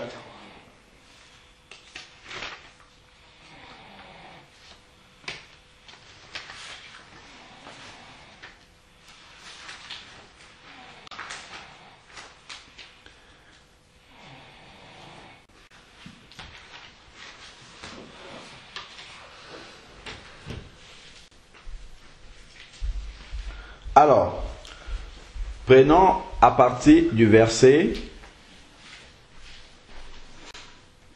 27. Jean chapitre 4, 27. Sur cela, donc c'est Jésus qui discute avec la femme samaritaine. Sur cela, ses disciples arrivèrent et il fut surpris de ce qu'il parlait avec une femme. Néanmoins, aucun d'eux ne lui dit: que lui demandes-tu? Ou pourquoi parles-tu avec elle? La femme laissa donc sa cruche et s'en alla à la ville et dit aux gens du lieu. Donc, comme on a dit tantôt, que ici, elle n'a reçu aucun ordre de Jésus pour faire ça. Elle s'est levée spontanément et elle est partie. Pourquoi? Parce qu'elle a expérimenté quelque chose. Elle a eu une expérience de sa rencontre avec Jésus qui n'est pas une nouvelle qu'elle peut garder pour elle. C'est une nouvelle dont les habitants de sa ville peuvent bénéficier, dont elle ne s'est pas privée de courir pour aller leur annoncer ça. Elle n'est pas partie en traînant les pieds, en marchant. Elle est partie en courant pour aller leur annoncer, abandonnant là sa cruche et tout ce qu'elle avait comme programme lorsqu'elle venait au puits. Alors, venez voir un homme qui m'a dit: tout ce que j'ai fait, ne serait-ce point le Christ? Ils sortirent donc de la ville et vinrent vers lui. Cependant, les disciples lui disaient, en l'en priant, donc à Jésus: Maître, mange. Écoutez maintenant. Jésus leur dit: j'ai à manger une viande que vous ne connaissez pas. Et Paul a dit aux Corinthiens qu'il ne peut pas leur donner de la viande parce qu'ils sont charnels. Et qu'est-ce que Jésus appelle la viande? Il était en train d'évangéliser la Samaritaine.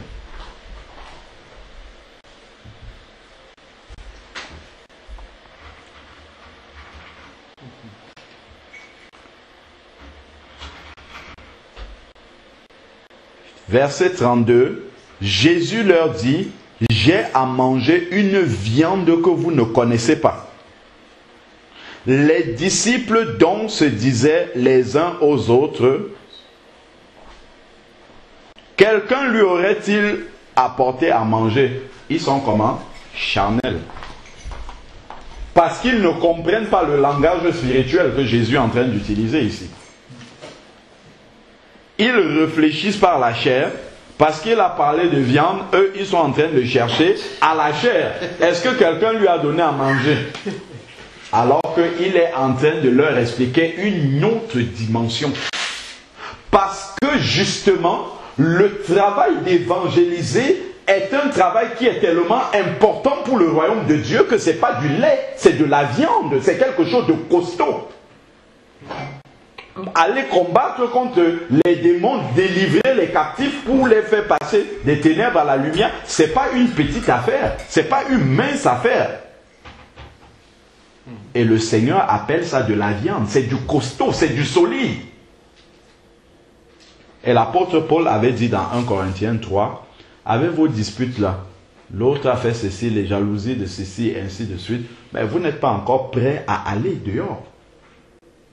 Pourquoi? Parce que vous n'avez pas le témoignage qui peut transformer les gens qui vont vous écouter parler. Voilà pourquoi l'apôtre Paul, je ne peux pas encore vous donner le repas solide.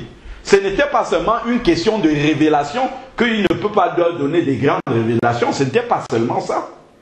C'est que leur vie n'était pas encore transformée suffisamment pour qu'ils puissent sortir et communiquer un message qui donne la vie.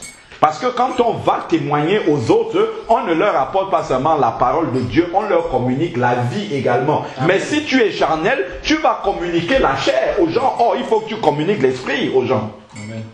Voilà pourquoi Paul ne pouvait pas les envoyer encore pour aller faire, pour leur donner la viande, pour aller justement communiquer aux autres justement la vie qui est en Jésus. Alors, donc, pourtant, ils avaient tous les dons, hein, les Corinthiens. Attention. Alors, continuons maintenant ici. Et il va dire plus loin, les disciples, dans verset 34, Jésus dit, ma nourriture est de faire la volonté de celui qui m'a envoyé et d'accomplir son œuvre. La volonté de celui qui a envoyé Jésus, entre autres, c'était quoi? Venir chercher et sauver ceux qui sont perdus. C'est ça qu'il a dit. Le Fils de l'homme est venu chercher et sauver ceux qui étaient perdus. La mission de l'Église première est de chercher et sauver ceux qui sont perdus, leur apporter l'Évangile. Ce n'est pas de rester Si vous regardez, depuis les Évangiles, les Actes des Apôtres, regardez la proportion de temps. Si on veut ramener ça sur une échelle de temps, le temps que les disciples passaient réunis comme ça, enfermés, parce qu'ils étaient souvent enfermés chez Marie, chez Lydie, chez ainsi de suite, dans la chambre haute, regardez le temps qu'ils passaient enfermés comme ça, ou même Jésus a prié à la montagne, ainsi de suite, toute la nuit avec les disciples, et le temps qu'il passait dehors pour annoncer l'évangile. Quel est le temps le plus important? Je crois que ça dit que ce n'est même pas comparable. Ce n'est même pas comparable. C'est là où on comprend que l'évangile même que nous avons reçu, on nous a mal communiqué l'évangile déjà. On pense que l'évangile, c'est aller s'enfermer quelque part, alléluia, c'est bien.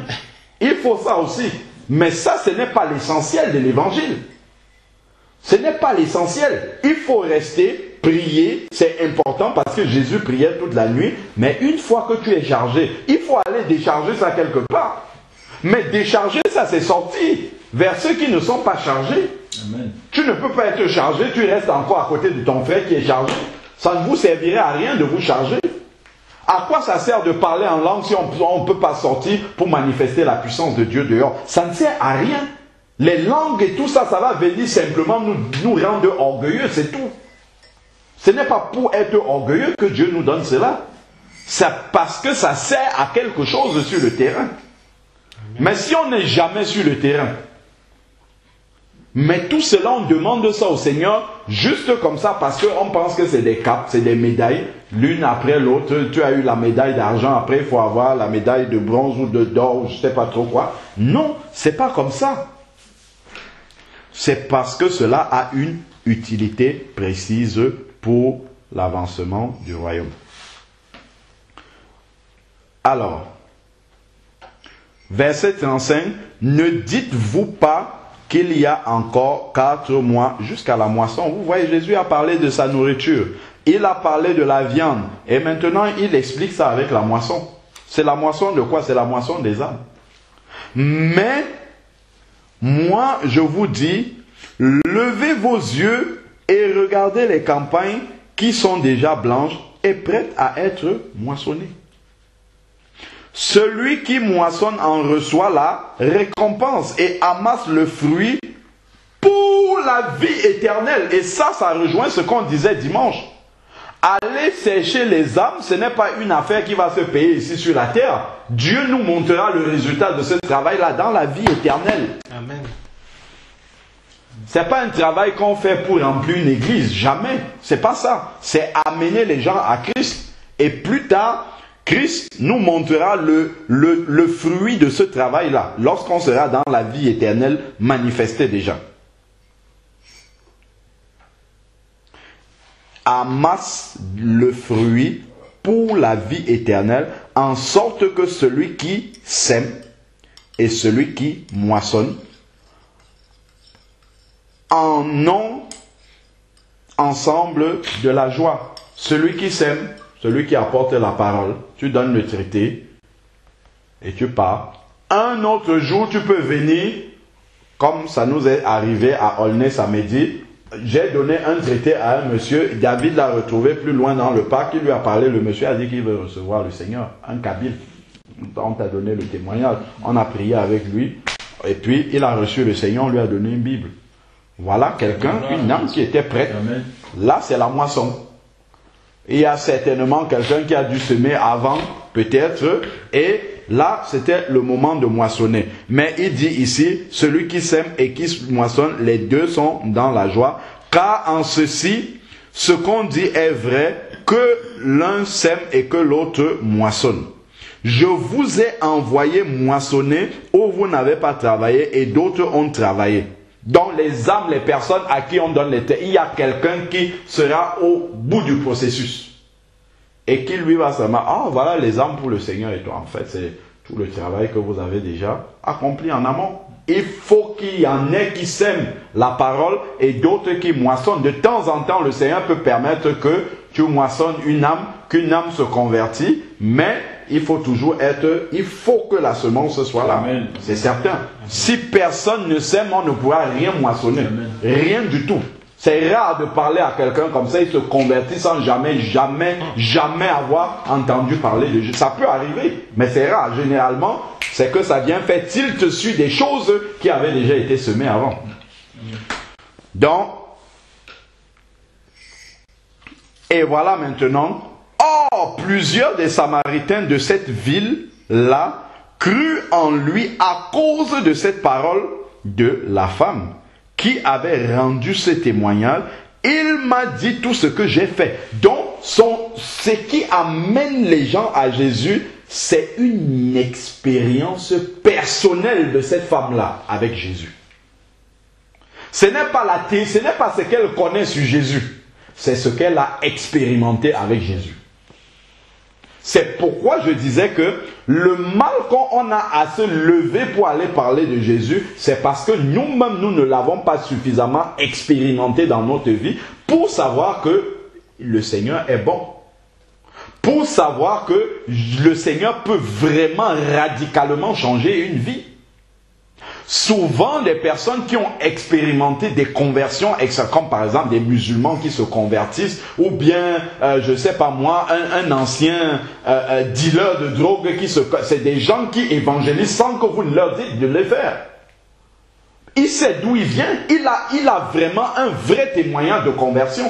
Il sait ce que Dieu a fait dans sa vie. Yanis Gauthier, par exemple, qui était l'un des cerveaux des plaques, de la plaque tournante du trafic de drogue en Île-de-France. Quand il s'est converti, il a commencé à évangéliser naturellement dans son quartier. Les gars avec qui il trafiquait la drogue. Automatiquement, et il va dans les prisons pour trouver ceux qui sont en prison pour leur parler de Jésus. Mais ce n'est pas quelqu'un qui lui a dit de faire ça. C'est quelque chose qui est naturel. Pourquoi? Parce que vraiment, il a expérimenté quelque chose avec le Seigneur. Et je crois que nous n'avons pas besoin d'avoir tous des témoignages comme le sien.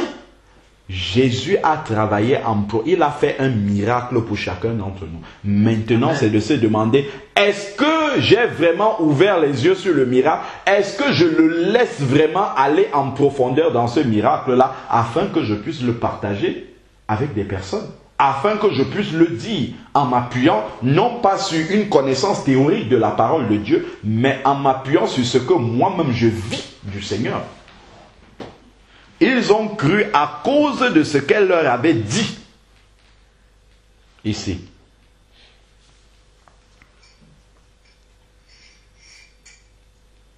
Il m'a dit tout ce que j'ai fait.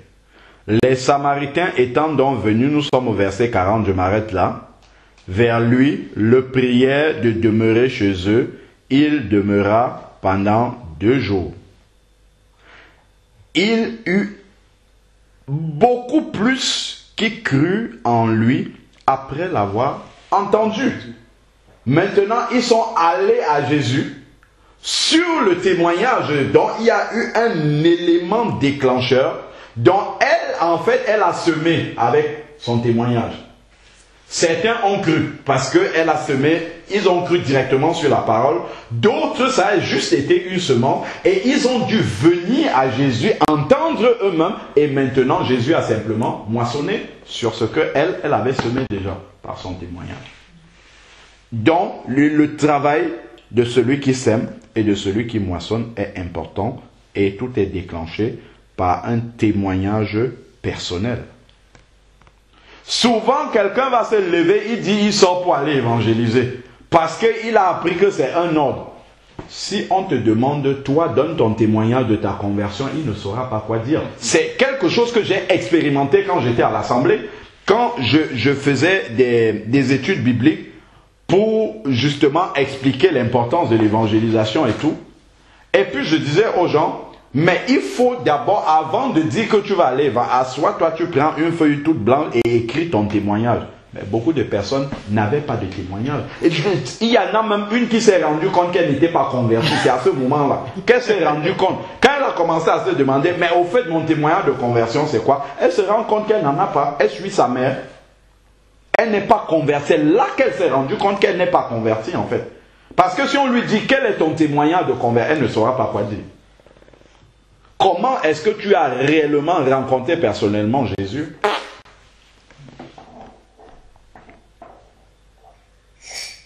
Et il disait, verset 42, « Ce n'est plus à cause de ce que tu nous as dit que nous croyons, car nous l'avons entendu nous-mêmes. » Nous l'avons entendu nous-mêmes. Ils ont d'abord écouté la femme et ensuite ils sont allés rencontrer personnellement Jésus.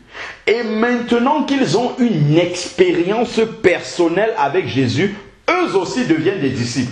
Et eux maintenant, ils peuvent aller transmettre à d'autres personnes ce qu'ils ont vécu personnellement avec Jésus. Amen. Pendant ces 2 jours-là. Ils ne vont pas aller dire... Il y a une femme dans notre village qui a dit ça. Ils ne vont pas aller s'appuyer sur le témoignage que quelqu'un d'autre a vécu. C'est pour ça que nous avons cru maintenant parce que nous-mêmes nous avons expérimenté. Nous-mêmes nous avons entendu. Donc quand ils vont aller parler aux gens, ils vont parler de leur vécu avec Jésus. Ils ne vont pas aller parler du vécu de la Samaritaine. Donc si tu viens avec le vécu simplement théorique de la Bible, ça ne sera pas suffisant. Il faut qu'il y ait ton expérience personnelle de ce que le Seigneur a fait dans ta vie pour que ça puisse justement avoir de l'impact dans la vie de celui qui entend ce que tu es en train de lui dire. Et c'est ça justement... Lorsque on n'est pas convaincu soi-même de son propre témoignage, mais on ne le partage pas. Si tu es convaincu de ta rencontre, la Samaritaine, mais on n'a pas eu besoin de lui dire que, mais tiens, là tu as fait vraiment une grande rencontre. Elle est partie en courant pour dire j'ai rencontré le Christ. Mais si déjà toi-même tu n'es pas convaincu de ton propre témoignage, c'est là où je demandais, est-ce que c'est réellement une bonne nouvelle pour nous? Pour chacun d'entre nous, c'est chacun qui peut répondre personnellement. Si déjà tu n'es pas convaincu toi-même de ton propre témoignage, est-ce que tu vas aller convaincre d'autres personnes? Enfin, pas convaincre, mais est-ce que tu pourras aller le partager avec d'autres personnes en espérant que le Saint-Esprit va les convaincre? Pas du tout. Du tout, du tout. Parce que toi-même, tu n'as pas encore expérimenté réellement ce que tu aurais dû expérimenter en rencontrant le Seigneur Jésus. C'est d'abord là qu'il faut commencer à se poser la question fondamentale. Et après, le reste, ça va couler naturellement. Naturellement, quand tu as une bonne nouvelle, personne ne peut plus te fermer la bouche. Ça va sortir. Naturellement, ça va sortir.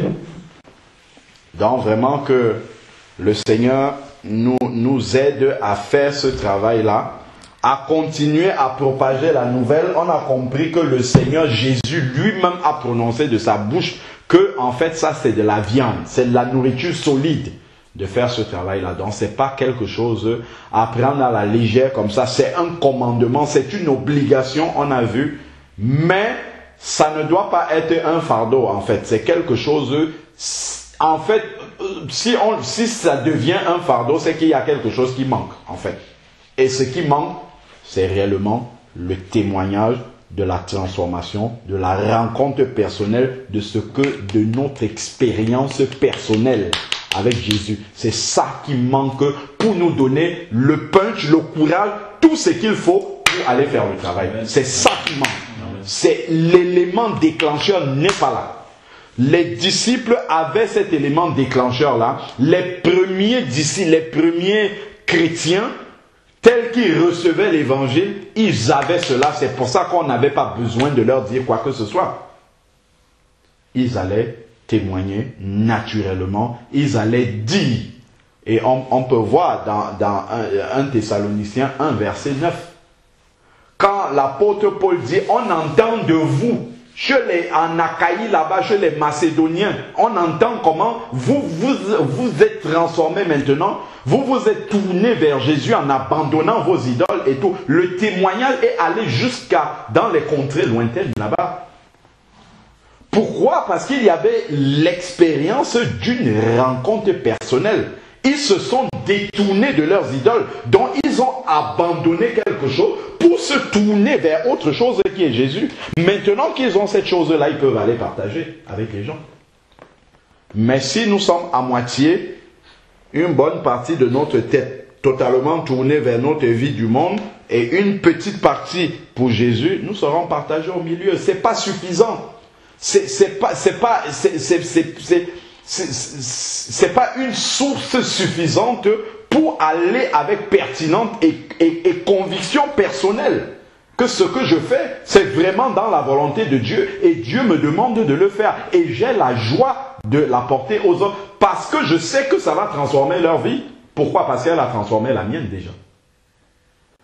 Donc, c'est vraiment cet élément déclencheur-là qui pour moi est un élément fondamental à ne pas négliger et on doit revenir d'abord au pied du Seigneur. Parce que des fois on dit, on n'a pas la puissance d'en haut, non, Jésus a donné, si tu n'as pas, tu te mets à genoux, tu pries. Le Seigneur a dit dans Luc 11, du verset 11 au verset 13, si méchants comme vous êtes, lorsque vos enfants vous demandent du pain, vous ne leur donnez pas une pierre à la place, ou bien du scorpion, vous donnez du serpent, je ne sais pas, dans les détails. Mais le Père Céleste, à plus forte raison, accordera-t-il son Saint-Esprit à ceux qui le demandent. Si c'est ça qui manque, tu pries, Dieu te donne la puissance. Il a envie que tu ailles évangéliser. Donc il ne va pas te refuser